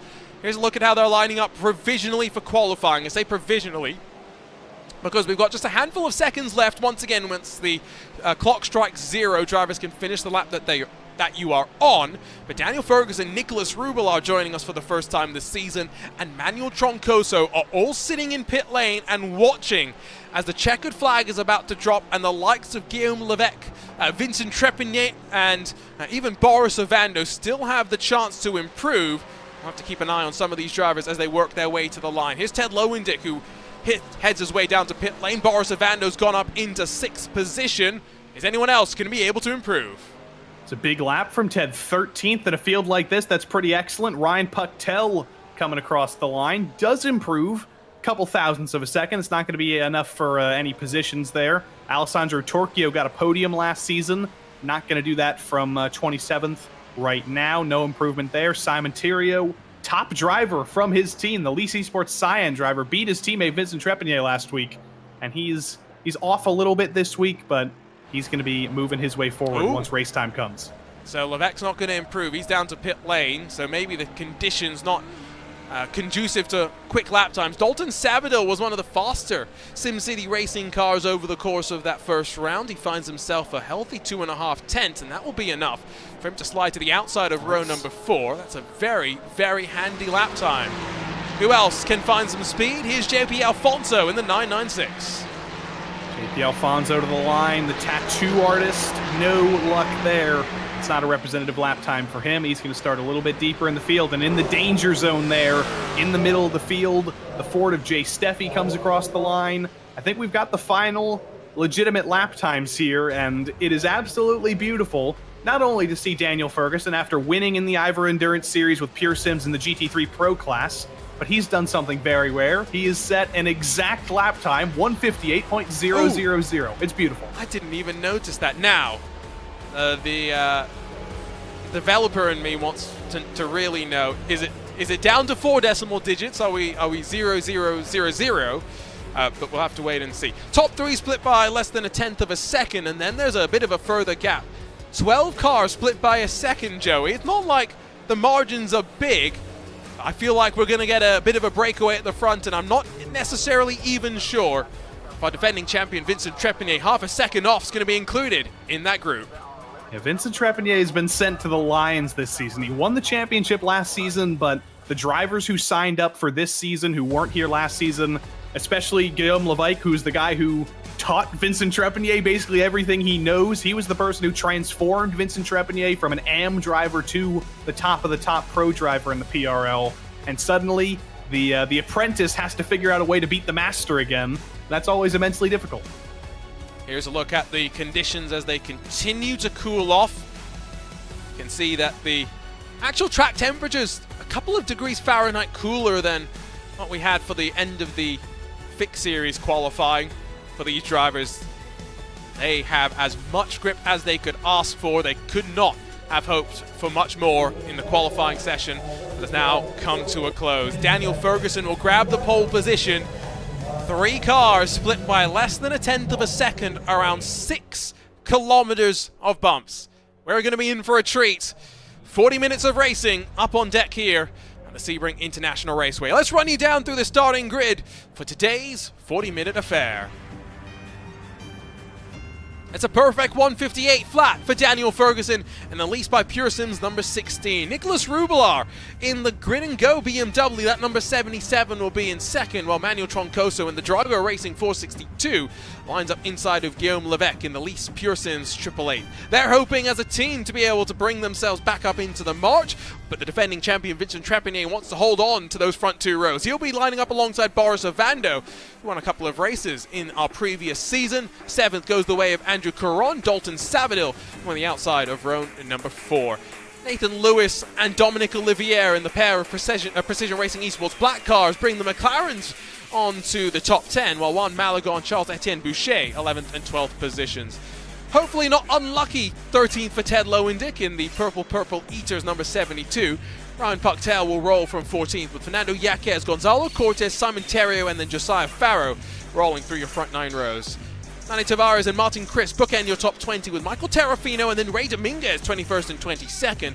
Arnaud Genet, Jeremy Gonzalez share row 12 with 25th and 26th seeing Kevin Norris and David Mendoza. Alessandro Torchio and then Keith Bonilla 27th and 28th with Jason Drescher in the Spezzi 29. Ethan Basson no longer a Ford, now in a Ferrari for Orbit Motorsports and the number 52. Mark Anthony Hickson in the number 11 rolls alongside Justin Delano with Hector Colazo and JP Alfonso 33rd and 34th. Nick McLaughlin, Tyler Campbell 35th and 36th. And we're not even 2 seconds through the field, not even 40 cars in. Miles Brown, Diego Ere, Kevin Simpson, Lance Loomis complete those top 40, while Faris Nasser and then Rafael Franco, the sole forward in the field, share row number 21. Patrick Bachelard, Miguel Fonseca, Ron Skolny, Kwok Nin, Marc-Andre Desjardins, and Gary Brown, 2.5 seconds all through the front 48. Jay Steffi and Joseph Carnes are the final cars with times on the board, with Peter Margula 51st, and the final in a monster field of GT3 machines. A monster field of cars, a monster field of webcams as well. Let's take a look at the featured onboards for today. We're still trying to figure out who's in the top left corner, but We do know Nick McLaughlin's next to that. Vincent Trepanier defending champions in the top right. Kwok Nin sitting in virtual reality alongside Guillaume Levesque. With Charles-Etienne Boucher trying to give us a message, but it's been flipped around so we can't quite read it. In the same way, Joey, that we can Ted Lowendick's background, he's finally got the memo. I think Charles-Etienne's note says anti-Ian Gagnon Renault. If my backwards reading is correct, I think That that's is what that amazing. says. That is amazing. I don't know, maybe I need a career in the FBI if I'm reading backwards messages like that. But Ted Lowendick has gone. He messaged me the night before this race. He said, I'm going to have something that's going to make you laugh here. And he does have, somewhat fittingly, I guess, kind of puts the fear in the eyes of his opponents. He has Fergie behind him. That's who's behind him. So he's trying to trick the leader, the pole sitter, into making a mistake. He's put the fear in the eyes of him. You know what I think we should probably do? Talk to him? Yeah, let's dial up Ted Lowendick in that purple... what's the team name again, Ted? If you're torturing us, you better be able to say the team name. It's the Purple People Eaters. The one-eyed, There we go. one-horn flying purple people eaters. We have a theme song and everything. Well, this is a theme song I do need to hear. I want to talk to you about your qualifying lap, though, because Ted, 13th. Yeah, I was unlucky, wasn't it? Yeah, I saw everybody was doing that slow outlap thing, decided to try it myself, and once you know, here we are. You're here with the oranges behind you as well. How are you feeling for the race pace right now? Because 40 minutes of respecting the bumps, yeah, I can see the look of trepidation on your face. Orange, you glad you asked me that question. Sorry you set me up for that one, I had to. We'll Jerome, find out. Can we get the disqualification out? We'll see. I don't know what to expect. A lot of the really good guys are up in front, which is where they should be. I don't know if anybody messed up qualifying, and they're behind me, so let's just hope we don't spin ourselves out this week and finish inside the top 15. We'll call it a win. We'll let you focus on Sebring. Good luck, Ted, and hopefully we're talking Thanks, to you at the guys. end of 40 minutes. Always great to get the opportunity to talk to Ted and to Nick potentially later on as well. Joey, we had some madness on the opening lap. We got some strong drivers lined up. We had some madness at Monza. What are you feeling? I'm feeling a little bit of confusion still. I saw Fergie on the left. I don't know what Tigger was all about. I don't know what that's a reference to. Tigger's the bumps. Yeah, there you go. There you go. I don't know if that was a nickname of somebody else in the top three, but I'm excited to see the blend here. We've got Manuel Troncoso, who had his own reign of terror that restarted last week, totally dominant. Now he's got two drivers ahead of him. He's got a driver who's got a win at Sebring this week in another league. He's got Nicholas Rubelar making his PRL return as well. And somehow three unstoppable forces are about to meet each other at Sebring. They are about to meet the immovable force that is Sebring, though, so it's going to be very interesting to see how it plays out. Three drivers separated by less than a tenth of a second. Ferguson, Rubelar on Troncoso. We're in for a treat, and Daniel Ferguson picks up the throttle and gets us racing here on the bumps.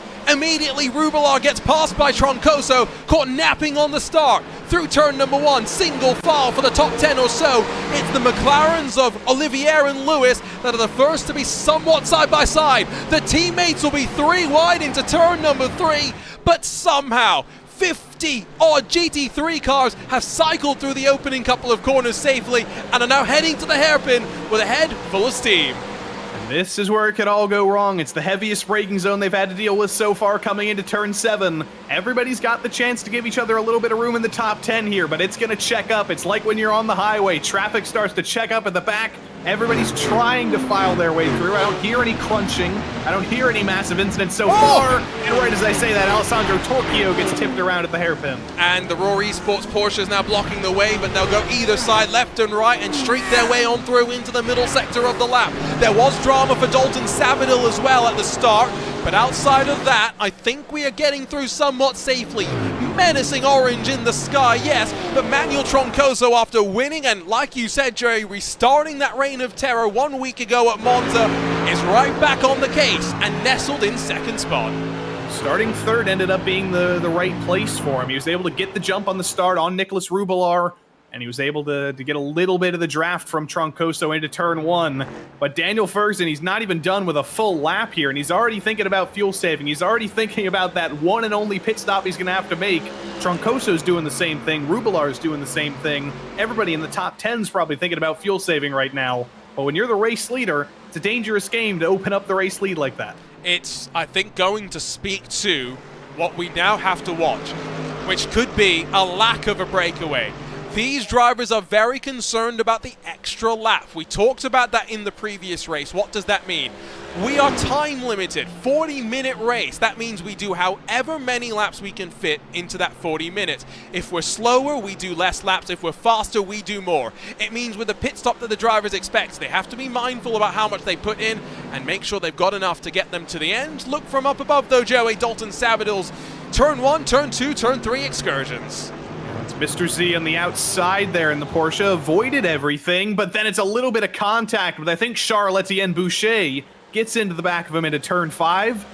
Dalton was being so careful, he was doing everything right, and unfortunately, the checkup started early, and poor old Charles-Etienne Boucher got into the back of him. Here's what's going to happen to Torquio. Was it the Spezzi Ferrari who got into him, or was it the Porsche behind him? It was somebody a little bit too late in the brakes who just says, you know what, Alessandro, you're going to go around. Oh, yeah, that came from another country. Is that one of the Team Beef Lamborghinis? It's quite hard to tell, to be honest. I think that was a Lamborghini. I don't know who it was. I can't quite diagnose. It was the Curry car. It was the 222 who kind of delivers the final blow. So not a Team Beef car, but they did have a quite interesting livery, I must say, in the GT3 Fix Series. Didn't get to talk too much about that. You mentioned the win for Daniel Ferguson in the Ivor Endurance Series. He's got the Ivor logo on the front of his car. Straight from that victory back to the front of the field. Disqualify him. Wrong series. I was going to say, disqualify him. Wrong paint scheme. What I feel like we might see, though, is if Troncoso wants to lead, Daniel Ferguson, already thinking about saving fuel, is not going to be fighting too much. It's Mercedes, BMW. It's great to see Nicolas Rubbellard join the trio as well.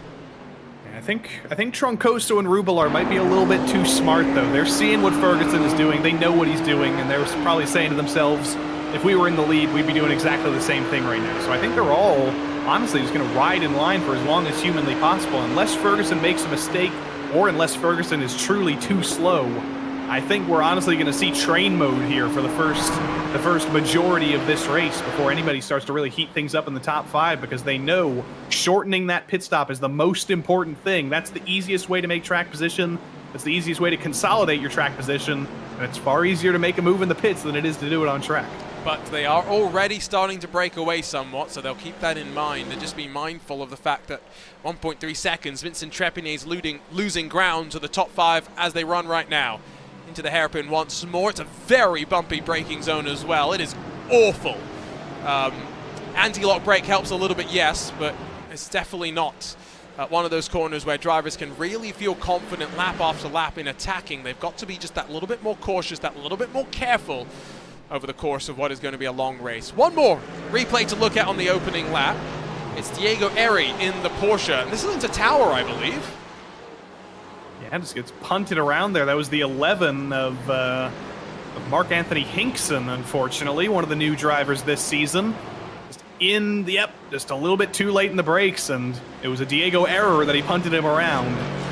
Just those lap 1 things, those checkups, they happen all the way through the field, and not even Mark Anthony Hinkson could get away with it. Your puns. Now Ted's getting in on the puns as well. Yep. I mean, I tried to cover it up. I tried to make sure I talked for long enough that you couldn't come back to it, but I failed. No, don't worry. I'm always listening. In towards Sunset Bend, down the Almond Straight. It's half a car length between Troncoso and between Ferguson. The Drago Racing car a little bit tighter on the entry, and Ferguson, I think intentionally showed a lane. Troncoso in the Drago Racing car tries to take advantage. Ferguson somehow still on the outside. He's not going to give this up. He doesn't want to give up the race lead. He wants to continue to control this train and be the driver saving fuel and checking everybody up. Troncoso's going to try and go for a switchback through turn 1, though. He's got an excellent exit, and Troncoso's going to be able to fight back. This makes Nicolas Rubbellard very happy. He can lift off even more, save even more fuel as Troncoso gets through to the lead for the first time. Problem is, you can hear the fuel saving that Rubbellard's doing. He's actually gaining compared to those in front. They will be very, very mindful. Dominic Olivier dropping from the timing screens, hoping that that's not causing too much issues for those that he's still fighting with inside of the top 10. This is feisty, you're right. They want to lead. They want to be the ones running at the point. Troncoso very defensive up in towards the hairpin. Now Wonder if he's going to be able to get the favor repaid by Daniel Ferguson, or is Daniel going to say, I'm probably going to do what I thought you were going to do and just ride in line here, save a little bit more fuel, and once that pit stop rolls around, I'll be in pretty good shape. But they've tried to prove us wrong once before, and this could end up being an all-out battle if Ferguson's able to get back to him. Down the Ullman straight again. Does he repay the favor into the final corner? I don't think it's going to happen this time, but if he gets the opportunity, you never know. On board with Daniel Ferguson, who we didn't see during the driver wall, but we can take a look on board with now. You can hear the fuel saving, the lift of the throttle, and also visually see him moving in the seat on the pedals. Drives, of course, for Pure Sims Esports regularly, owned and operated by multi-time British touring car champion Ash Sutton, who is a regular competitor in the sim racing world as well. But for someone who races for a team based in Europe, he's on the west coast of the US. This is great for him to be able to get some race repetitions in. Doesn't help when Nicholas Rubelar slides up the inside, though, and steals second away. It was a big mistake out of the final corner while we were watching him. You could see the sigh. He knew he just messed up. He did nothing else other than mess up out of the final corner, and that's another position lost for him. He's actually giving Rubelar a little bit of a bump draft down the front straight to try and minimize his losses.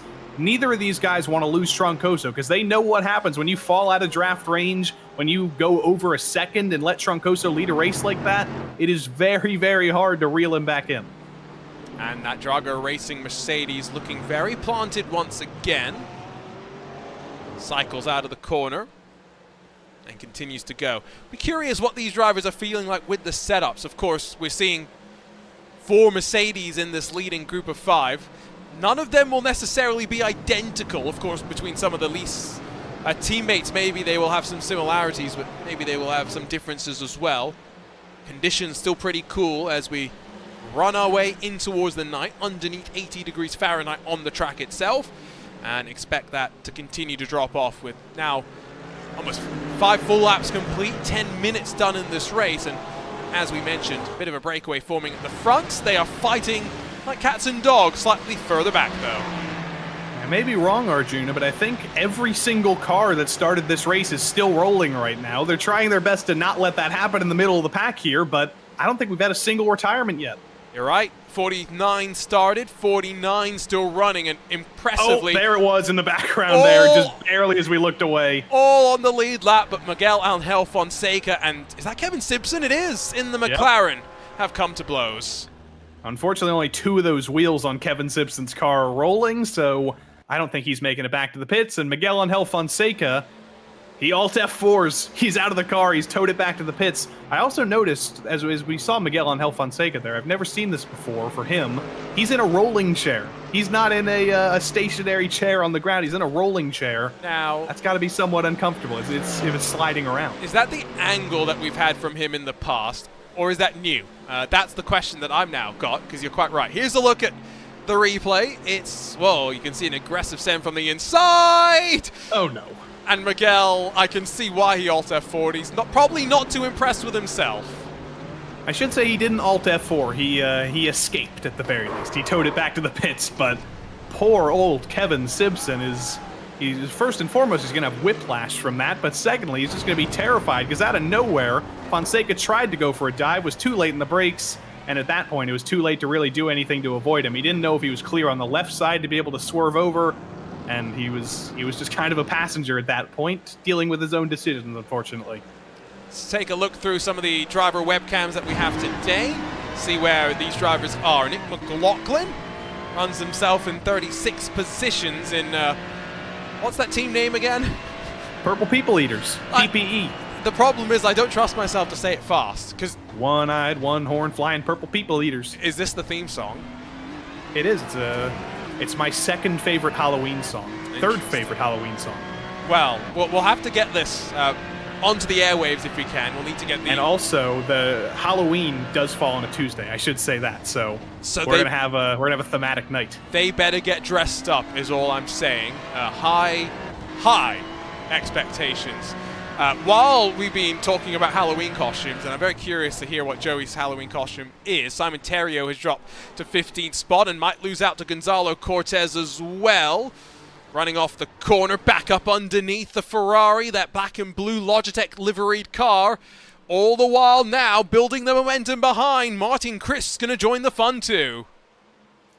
It's fading out. It's a very wide straight. Airfields are known for being wide, but there goes around Mark Anthony Hinkson. Already got into a little bit of trouble earlier today, and unfortunately, it seems like karma may have come back to bite him as he's looped it around to the background.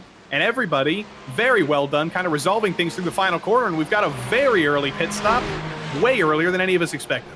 That is Gonzalo Cortez, who was quite tentative on pit entry. Oh, Nane Tavares, equally aggressive on the entry into turn 1. Gets past Josiah Farrer and Jeremy Gonzalez through the opening corner. Here comes that white, blue, and purple machine to try and get back to the inside. Kevin Norris is going to try and bully his way past Gonzalez. Wow, these drivers not getting the memo that this isn't a contact sport. Giving it all in the middle of the field. Kevin Norris, one of the most unlucky drivers in the PRL. His teammates got into a little bit of bad luck in turn 1. Kwok Nin involved as well. That's one of the Unit Sim Sport cars involved. Don't know who that. It is Marc-Andre Desjardins, who I gave as an example earlier on, is a name that I think I pronounced pretty well, but you can never pronounce a French-Canadian name like those French-Canadians. Marc-Andre Desjardins. It's a beautiful name. Yes, no, you got to get fully into the spirit of the accent if you want to truly nail some of these names. But yes, you don't need to hear me or Joey hearing about and trying to say some of these names. So we saw Kwok Nin, by the way. We'll continue our brief rundown through the field. Let's go say hello to Arnaud Genet. He's not far back from where we're riding right now. Sits in that Porsche 992. Head driver steward for the PRL. He's been a busy boy today. You weren't here with us on Monday night, Arjuna, but we had a lap 0 crash in the GTP LMP2 series, so Arnaud has been a busy boy today doing that review. I don't think he's even published that yet. I think they're still debating that, but he's had that on his mind, and now he's got to race himself. His Unit SimSport teammates not too far up the road either. Here's Kevin Norris. Sees the beautiful sunset in towards Sunset Bend. He's talking, I would assume, potentially with Arnaud about maybe what they're trying to do at this phase of the race. Trying to read his lips. I'm not very good at that. I think he's just saying drive fast. Keep driving fast. Let's move. Let's keep moving. Pit soon, maybe. Pit soon, maybe. Keep car on track. Don't hit me, Ray Dominguez. That's all he's thinking right now. Why don't we cycle up a little bit further in through the field, as well, through turn 1. You can just see the wobbles for Kevin Norris. That's how much the force feedback is bouncing back the wheel in his hands. To, the message here. This will give us a much better way to read this. Now, anti-Ian Gagnon Renault, I agree, but I don't know what the left side reads for Charles Etienne Boucher. No more Lagan? Loan? No more loan? No more L9AM? Can we flip this camera? Do we have those abilities? Unfortunately, you're asking a lot from me. There are t-shirts that you can buy if you go to armor.gg/collections/RaceSpot that say, we'll do it live. Joey, should we do it live? I don't know what you're going to do live, but I want to see whatever it is. I'm looking at a screen in front of me. I can rotate this around. Oh. I don't necessarily think that's what we want me to do. We'll get back to you on this, Joey. Do you have a mirror? Do you have a mirror anywhere near you? Near me, maybe, yes, but we've got 24 minutes. We'll try and figure it out. Yeah, we'll give him a little bit of time. I imagine somebody in the chat might let us know beforehand. I wonder if Mr. Ian Gagnon Renault is tuning in right now, and if he is he rooting against Charles-Etienne Boucher right now, or is he maybe he's a masochist? Maybe he wants him to succeed. Aha! Wait, there's a magic button. I found it. Oh. Flip horizontal, there it is. No more lean. Oh, that's what, okay, and explains why he's written it like that as well. No more lean, no more driver lean, because I'm assuming that Charles-Etienne Boucher has a new sim seat for his rig that has the wings next to his head. He does, he's locked in. Is this a new thing, though? I don't know. I don't think he was in this seat last time. It's a new angle. I don't remember the air hockey table behind him before, so I'm not going to call him Charles Etienne anymore with his head and neck restraint. I'm calling him Hans for the rest of the season. I'm just saying, made us go to all that effort to mirror him as well. The one button that I had to click. So disrespectful. Front of the field, 5 cars, still separated by 1.5 seconds. You heard me right. 1.5 seconds splits 5 GT3 machines. Our defending champion Vincent Trepanier has been dropped. He's now 3 seconds off the back of the breakaway train.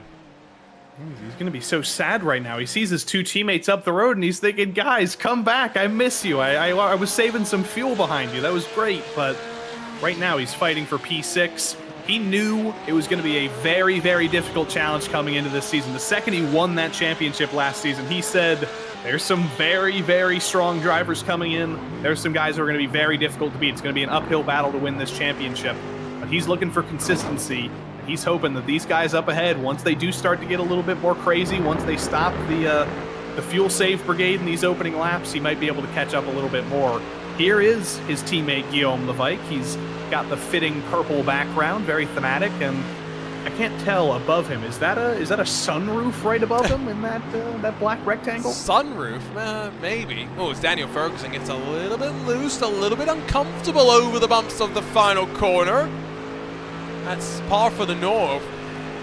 It's normal here, but it is definitely still disconcerting. These drivers will be trying to manage their tires underneath them, even though there is quote-unquote infinite grip with these cool conditions. You can tell that Nicholas Rubelar, who's been biding his time, maybe now has the BMW in a window where it's starting to come back towards him compared to the Mercedes, maybe struggling a bit more. Nane Tavares is into pit lane, not even halfway through this race. Don't think we're going to see that from these drivers, so pushing the limits at the front of the field. Unfortunately, Arjuna, there is one notable absence in the field tonight. No appearance for our defending. Well, as I say that, Nicholas Rubelar's trying to get the show on the road here. He sends the dive on Manuel Troncoso through turn 7, not able to make the move, has to back out of it. But Rubelar wants track position, I think, before he comes into the pits. I think without a shadow of a doubt, we're going to see an aggressive Nicholas Rubelar here. Former Gran Turismo world finalist. Of course, former competitor alongside Arnage Competition, now has landed up over with Drago Racing or rather, Grid and Go Esports for this up against Drago Racing, Pure Sims and Lease behind. New teams, new drivers coming into the mix here. The Precision Racing League GT3 Sprint Series. This fighting not allowing Trepanier to close back in, being reeled on in some ways by Olivier and Lewis in the McLarens, the fire-breathing McLarens that you're definitely not going to miss here as the sun continues to set below the horizon. I am transfixed watching these 5 at the front right now, Joey. It's a very interesting type of racing. Some people watch this and think, why aren't they passing each other? We did see a move from Rubelar. He did try and go for the move for the lead, but they're thinking about strategy right now. All of them are thinking about the upcoming pit stop and trying to take advantage of every second there. But here comes Charles-Etienne Boucher on the inside of Boris Ovando. He's given a couple of inches on the inside, but that's all he needs to try and make the move. Ovando on the outside makes it work. Almost gets in the wall out of the final corner. He's able to hold on, but Boris Ovando is having the most difficult time in the world holding back CEB. No lean just yet on Malagon in the CRT machine behind CEB. Cycle out of turn 1, flick through the right, which is apparently turn 2, and then onto the brakes for turn 3.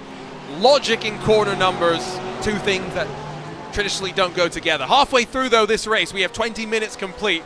We're still a bit unsure as to how many laps we're going to go. It's all going to depend on the pace of the leaders at the front. One thing that Daniel Ferguson had told me before we went racing was that the pace needs to be in the 58s to probably do the extra lap.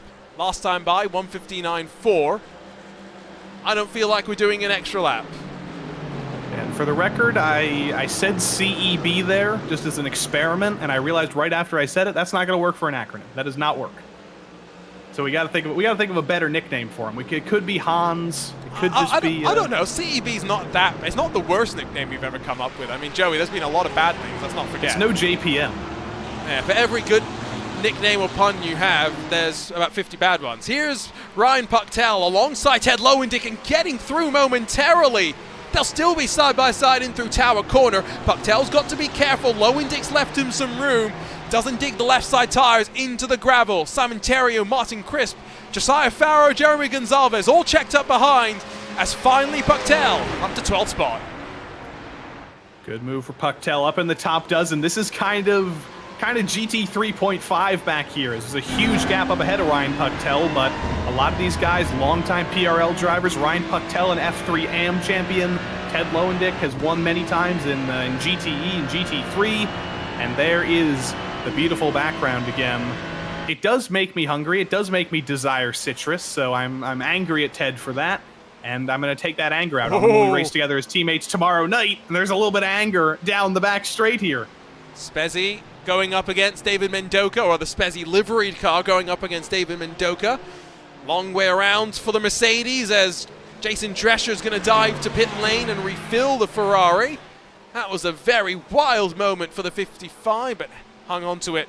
I was able to bring it to the pit lane along with Justin Delano and Michael Terrafino, so seems like the pit stop window has clicked open for a couple of drivers. You see those movers and shakers on the left, plenty of green, plenty of red as well.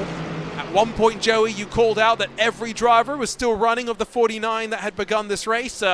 It's the Joey commentator's curse. 4 have retired: Tyler Campbell, Gonzalo Cortez, Kevin Simpson, and Miguel Angel Fonseca. Bad luck. Bad luck. There's been a couple more drivers who have had incidents as well. Mark Anthony Hinkson, I think, has some heavy damage, but he's still out there. I just learned one thing about Mark Anthony Hinkson on that topic, by the way. He's the only driver in the PRL from Barbados, representing the Caribbean. I'd like to be in the Caribbean right now. It's getting cold in California.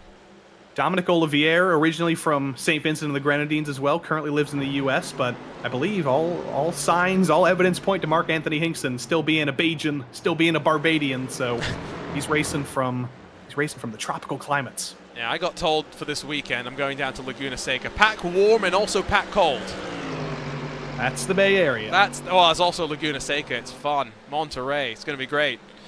They budgeted apparently 45 minutes to get from my hotel to the track on the busy days, so I can only imagine just how crowded it's going to be. See how it's all going to play out. I'm trying to get Daniel Ferguson to come as well, but he's too focused, at least for the time being, on not losing out to Rubilar and Troncoso. Again, remember, open setups for these drivers. 2 Mercedes, very different potentially in how they'll handle the track. Dominic Olivier, first driver inside the top 10, down to the lane. First driver in a McLaren as well, or second driver. I don't know if he'd gotten ahead of Nathan Lewis by the time he brought it down the lane, but here he comes, a notably fuel-thirsty car, and this is the furthest into the race Dominic Olivier has made this season. His race was basically over on lap 1 at Monza last week. He's been far, far more courteous today, far cleaner, and he's out 11.2 seconds. Remember that number. Compare that to some of the other stops we'll see further ahead. Was that a comparatively short stop? Was it a comparatively long stop? We've got to wait till all of these top 4 come in, and it's only a matter of time. Yeah, it is only a matter of time, but like you say, now it's the waiting game, right, to see where Olivier is going to cycle out in traffic, which I can tell you, plenty of clean air. It could not have gone more perfectly for that McLaren, who is off in toward the long left-hander before the short run into the hairpin halfway through the middle sector, but it's gone pretty swimmingly, you'd have to say, through the pit exit phase. Now we'll get the pedal to the metal and try to push to reinsert into the equation, maybe up here towards the front. We have got 12 laps complete. We're on to the 13th. How many laps did we get in the fixed series? Now I know this has got slightly more fuel, but I feel like we only went around 11 laps. Yeah, I think it was 11 laps until they came in. So yeah, we've gone longer this time around. But I think the fuel limit does expand. It's 40% in the fixed series. It's 50% in the sprint series because they go that little bit longer. So it makes sense that they go a little bit longer. But that should be in a GT3 car, well, maybe 5 minutes of fuel. So 2 laps. We're on to the 14th lap now. These drivers are showing that some of the fuel saving has been done, and they're now doing the fastest laps that they've ever done. Manuel Troncoso, a 1:58.558 last time by, fastest lap of the race. And TikTok, it's push o'clock. All these drivers have realized it's probably the last lap of fuel. Now is the time to use every little bit you've saved. Vincent Trepanier couldn't quite stick with him. He's been forced down pit lane before basically everybody else in the lead lap, and he is going to be hoping and praying that he doesn't end up in traffic. He's going to the back of the field. And also, Arjun, I do have to correct a geographical error. For the second week in a row, I've slighted the people of the Dominican Republic. I said Barbados was the only country represented in the Caribbean. Of course, the Dominican Republic's in the Caribbean as well, and that's basically every driver at the Seabout Racing team. Shame on Joey, but here comes Dominic Olivier. trying the undercut, not going to get past Vincent Trepigny. You did also note, I broke out the yellow pen tool, how close to the pit wall these drivers park. That's something that they're all trying to do. It's something they're doing to try and have the shortest pit stop time possible. Just keep your mind on that. Daniel Ferguson looks to the inside down through Tower Corner. That's not a passing opportunity, sir. Not usually, but he's just trying to strike a little bit of fear in Rubelar, just trying to get him off the rhythm if he can.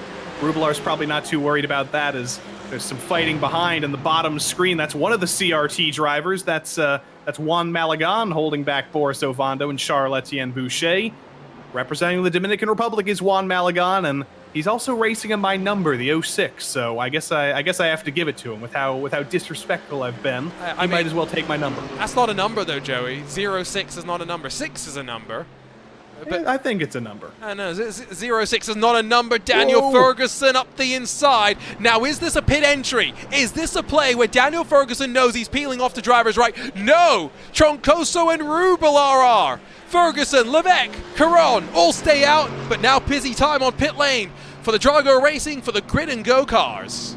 It's a little bit cheeky from Daniel Ferguson. He was trying to get to the inside of Rubelar and maybe force him to stay out for another lap, but didn't quite work out that way. And basically everybody but Ferguson, Levesque, and Caron have been gone out for another lap. Look at Rubelar. Look at how Rubelar's parked in the box. That's going to cost him some time on pit exit. Not ideal. You do want to be a little bit further over to the left, and there is the blend. Troncoso comes out ahead of Rubelar. It's very, very close, though. They're stuck inside of each other. Eventually, they're not going to be able to do that. They're going to start making contact. And as expected, the car that left the lane slightly earlier will take the lead. Rubelar now has to try and work on forward. And if potentially Rubelar had been straight in the box, I don't want to say guaranteed, but there's the chance that we would have seen this equation change on pit road exit. Daniel Ferguson, by the way, has dropped to third. He has. Does that mean he hasn't saved enough fuel, potentially? Does that mean he's had to save a little bit and fall behind these guys to make it? I don't know, but Guillaume Levesque suddenly in the lead of this race. But the driver with the fastest lap, Andrew Caron, remarkably, he's just been riding behind this entire train all race long, was in 5th, joined the back end of it. He could kind of be the underdog here. He's most likely been able to save a ton of fuel with a quadruple draft up ahead of him. He's got a great lap going here on the in-lap.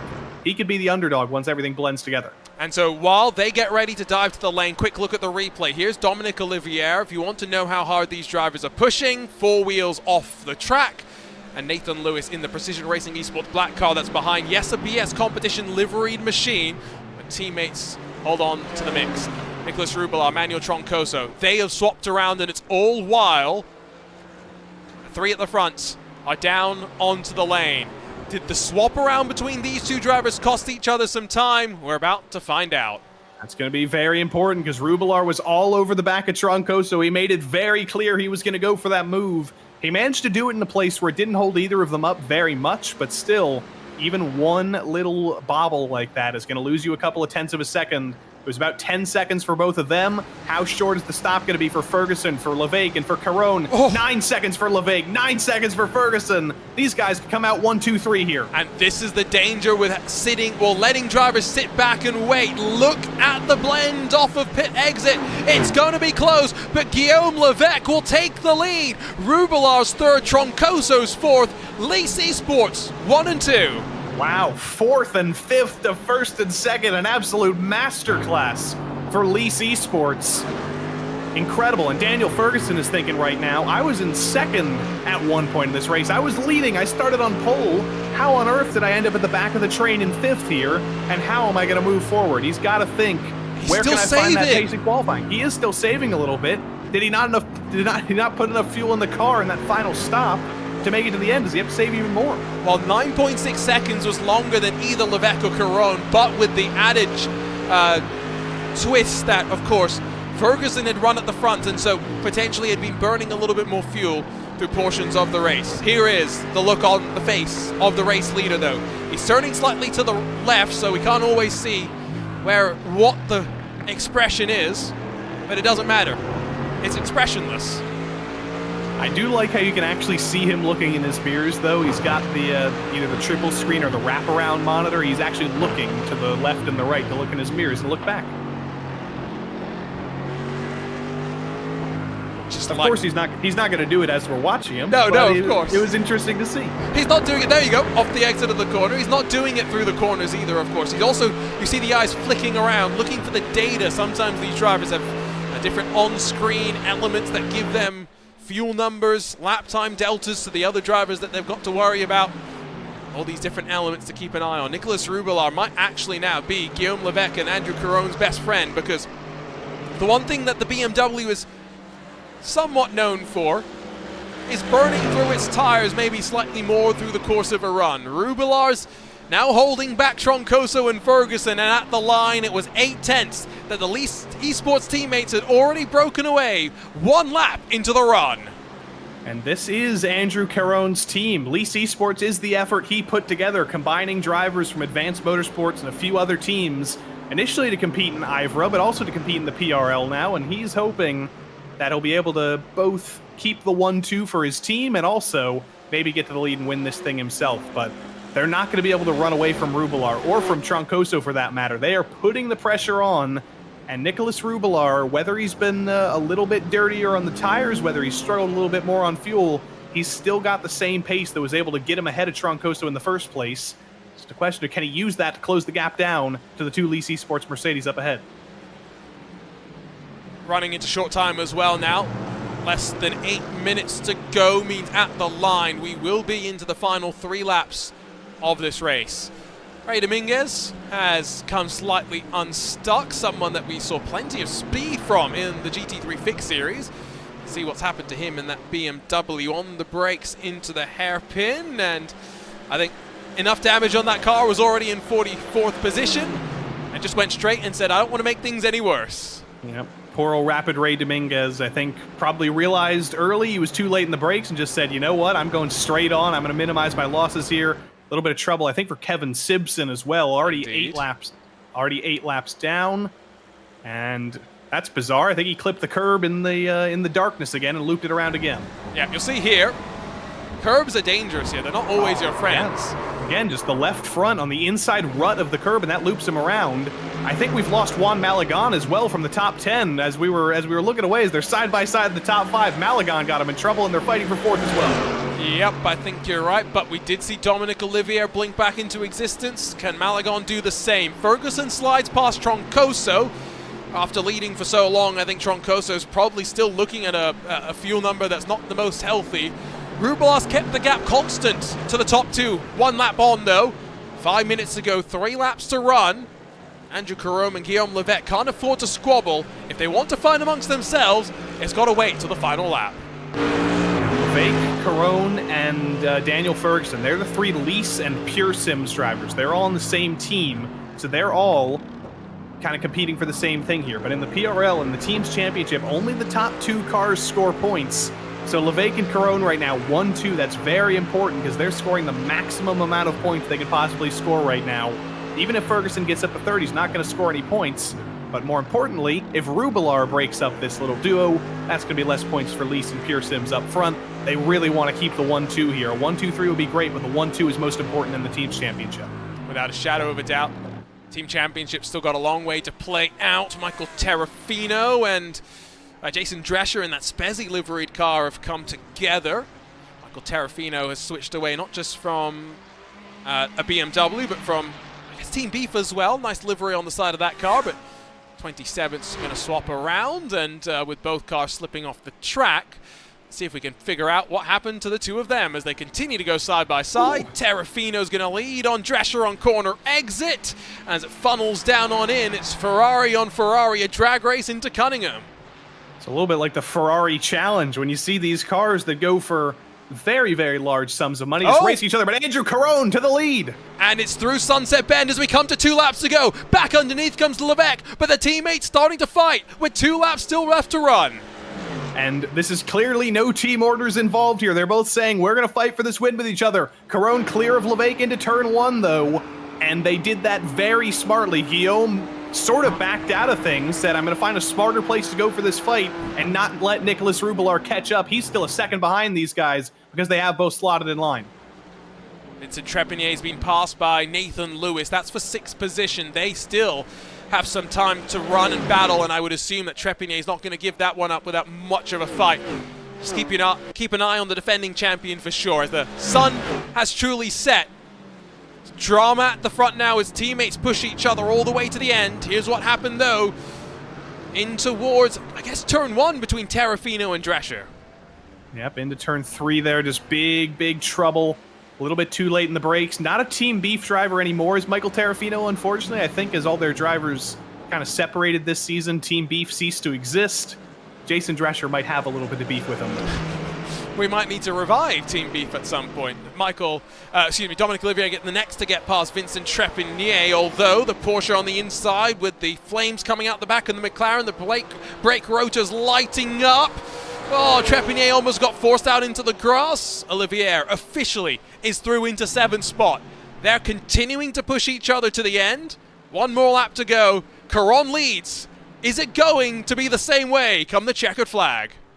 And Guillaume Levesque has fallen off a little bit. He doesn't seem to have the same pace he did in the lead. Ever since Caron got into the front of the pack, he's been pulling away. He's pulled over half a second. That's the biggest lead we've seen all night.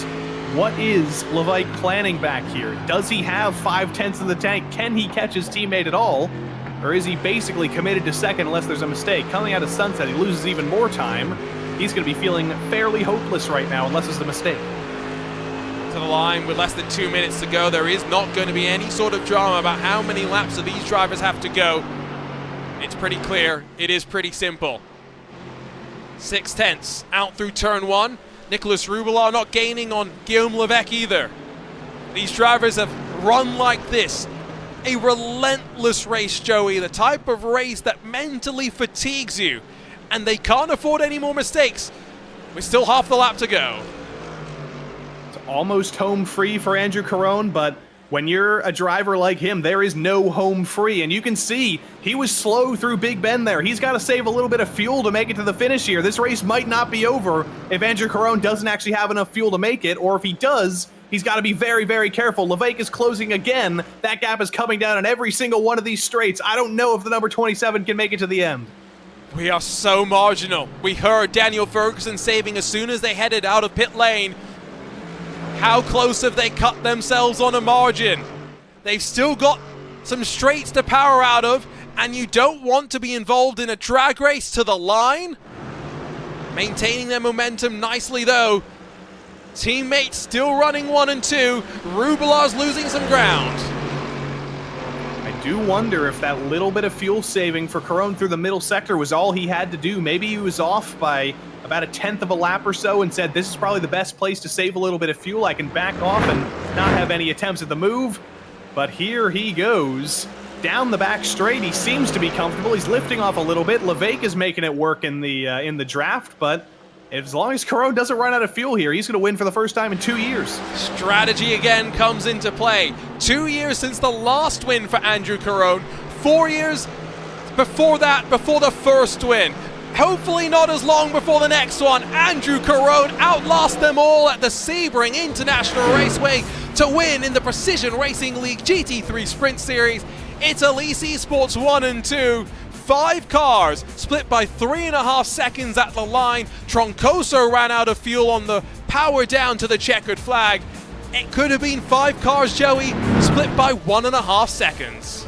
And remember where Andrew Caron was before the pit cycle kicked off, Arjuna? He was in 5th. 5th to 1st. That's the power of the pit strategy. That's the power of being as fast as anybody in that final stint. And now he gets the deserving fireworks. We are deep enough into the night. And Andrew, I can say officially, those fireworks are for you. They are indeed. What a race. And indeed, what an evening. Sebring, GT3, it always seems to put together some sort of a spectacle. Half a second between the teammates at the end. Andrew Caron will be delighted, will be thrilled, and we'll get the chance to chat with him in just a few moments' time as the rest of the drivers continue to make their way towards the line.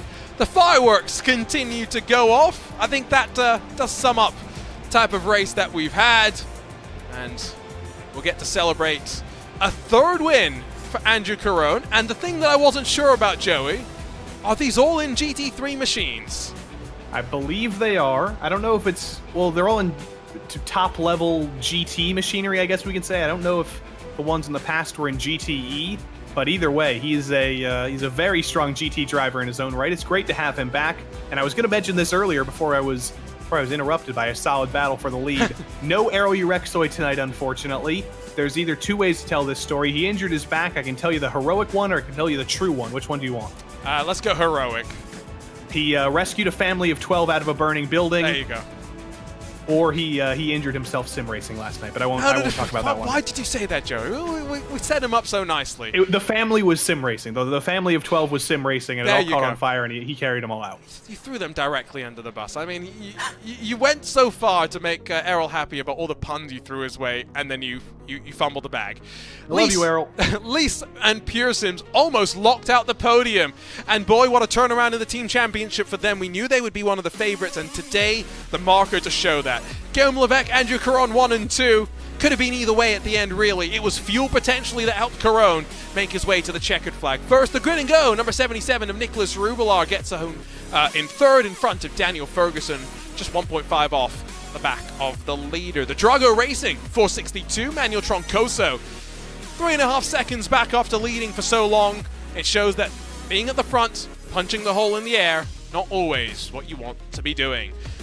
Nathan Lewis was able to then lead the Precision Racing Esports Black Crew home in a 13-second gap back to 6th spot. Dominic Olivier, pair of McLaren, 6th and 7th spots. Vincent Trepanier, defending champion, dropped behind the both of them to 8th, with Boris Ovando and then Charles-Etienne Boucher making up the rest of the top 10. It's going to take us a while to read through these results. Ryan Puctel, Fernando Yaquez, Martin Crisp, Jeremy Gonzalez, Simon Terrio, Nani Tavares, Ted Lowendick, Josiah Farrow, Kevin Norris, and David Mendoza. That's the top 20. Those drivers only split by about 8 or so seconds. Joey made a joke earlier about GT 3.5, but there is definitely plenty of strength and competition to be found up and down through the field. 21st position went the way of Arnaud Genet, Keith Bonilla just behind, and Ethan Bass in that Ferrari in 23rd spot. Hector Colazzo, Justin Delano, Jason Drescher, Lance Loomis, Miles Brown, Nick McLaughlin, and JP Alfonso through your top 30. Miles Brown was involved in some of the carnage on the opening lap, able to get through it relatively unscathed, it would appear, at least compared to maybe the likes of Patrick Balashar, Ryan Skolny, Alessandro Torchio, Faris Nasser, Rafael Franco, Dalton Savadil, Jay Steffi, Michael Terrafino, Gary Brown, and Mark Anthony Hinkson. Plenty of those drivers found out just how difficult Sebring is and why you must respect the bumps, as did Kwoknin and Marc-Andre Desjardins, albeit on the lead lap. Ray Dominguez 1 lap down, Juan Malagon 4 laps down, and then we get into the retirees, the likes of Diego Ere, Kevin Simpson, Tyler Campbell, Gonzalo Cortez, Miguel Fonseca, and then Joseph Carnes, I believe the only driver, along with Peter Margula, who we did not see take to the track. As ever, we'll get the chance to be able to talk to some of the drivers and get some insight from them to understand exactly some of what they experienced here today. And 2 years since the last win, Andrew Caron's been waiting a while to enter victory lane. He's standing by with Joey Tebben. Well, Andrew, you and your Lease Esports teammate Guillaume Levesque came into that pit cycle 4th and 5th. After it, you ended up 1st and 2nd. How on earth did you do that? I think me and Guillaume had the opportunity to save a lot of fuel behind the 3 guys ahead, and I think it's what played a part today. And we were talking together, making sure we could make the extra lap, and we actually did. Sorry for Daniel, which didn't have enough fuel, so he had to save a lot. But we're really proud of the effort today. Getting out of the pit ahead this time was just the right play. Well, Arjuna brought this up earlier. Your last win was 2 years ago. Your last win before that was 4 years ago. How good does it feel to return to victory lane in the PRL, and how good does it feel to be back in the series? It's really good. I just the PRL. It's a good series to just do one good race per week with good drivers. Like today, we had Nicolas Ribelar and Troncoso, so they're very fast drivers.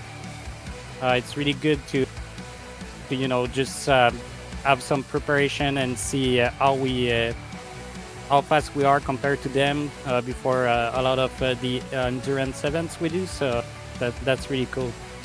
Well, Andrew, congrats on returning to the victory of the PRL. Bonne victoire, I should say, and we'll see you and your teammates next week. Thanks a lot. I just want to say thank you to Advanced Motorsport, Dakins Design, Advanced Sim Racing, and Max Out Creation, our sponsor, for the support and everything. The company man getting all those sponsors in. Andrew Carone, your victor tonight. We'll talk to his teammate as well, who solidified a 1-2 finish for Lise and Pure Sims, Guillaume Levesque. You were behind your teammate for a moment. You were ahead of your teammate for a moment. What more did you need to beat Andrew? I mean, we had a pretty good race at our VRA this weekend, and I knew Andrew was like maybe a little bit faster than me, so I knew it was coming at some moments in the race. We were going like strategy plan before the pit stop, because after qualifying we made a plan and it worked out like really well. We even had 1 liter too much at pit, so it could have been a little bit better more. So yeah, it was a really fun race, and to make a 1-2 happen, it's a really good result for us. Really happy about that. 1,000 kilometers of Sebring on Saturday, 40 more minutes of Sebring today. Are you sick of this track yet? No, I love that track, man. It's a really good track. But I must say I'm really looking forward for the next one. Road Atlanta is in like my top 3 tier track. So yeah, I'm really looking forward to that. But yeah, I really like Sebring too. It's a really fun track. Really tricky with the bumps and everything, and I mean, we had so much good results this weekend and another good results today. How can you not love the track when you have that? I mean, how can you not love Sebring? Congrats on another podium, Guillaume, and we'll see you as well next week. Thank you, guys. Guillaume Levesque coming home in second. A 1-2 for Lise Esports, a 1-2 for Lise X Pure Sims specifically. They're going to be very happy in the team's championship for that one, Arjuna. And I think the crucial thing mentioned there was we went 1 extra lap. We briefly touched on it earlier on. We weren't sure if the pace that we were doing was quick enough, but Daniel Ferguson apparently didn't have fuel to do the extra lap. It explains why Manuel Troncoso lost that ground as well. On the final lap, just needed to save a bit more fuel and splutter effectively on the run to the line. I think I agree with Guillaume, though. Can we stay at Sebring for the rest of the season, Joey? Nah, I've had enough of the bumps. I've felt all the bumps. I'm ready for Peaches at Atlanta next week. I'm ready to move on. What, Peaches Atlanta? Move into the country and eat me a lot of peaches. It's gonna be great. Yeah, but we're going to Hungary, aren't we? Oh wait. I got tricked. Guillaume Levesque said we were going to Road Atlanta next week. I mean, what happened there? That's why. Okay, I'll be, shows that I was not paying enough attention to poor Guillaume there. But aren't we going to the Hungaroring? We are going to the Hungaroring next week. I don't know how that happened. Hopefully he knows. In his eyes. Hopefully he gets the memo and finds out that wrong track for next week.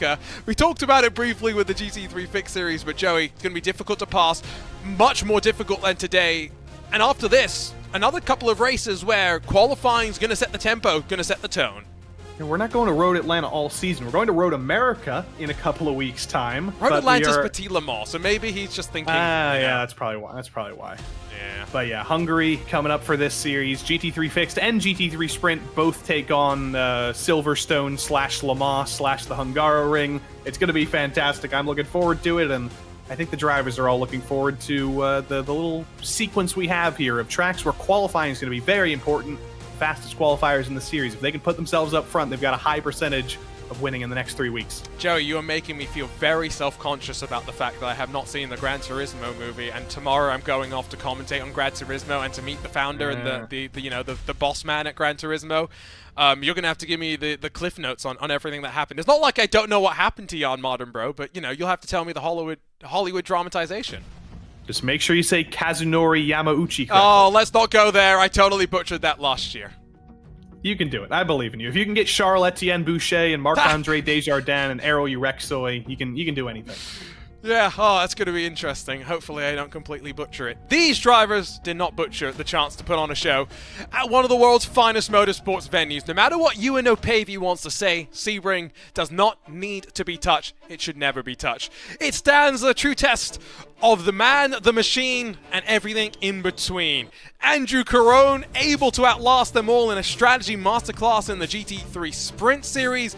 Well, let's not forget Luis Grion's relentlessness and the determination in the GT3 Fix Series to be able to take a second consecutive victory for the Seabao Racing team. 1 and 2s across the board. There are going to be team managers, there are going to be team drivers delighted with what Sebring, with what the Sunshine State offered to them.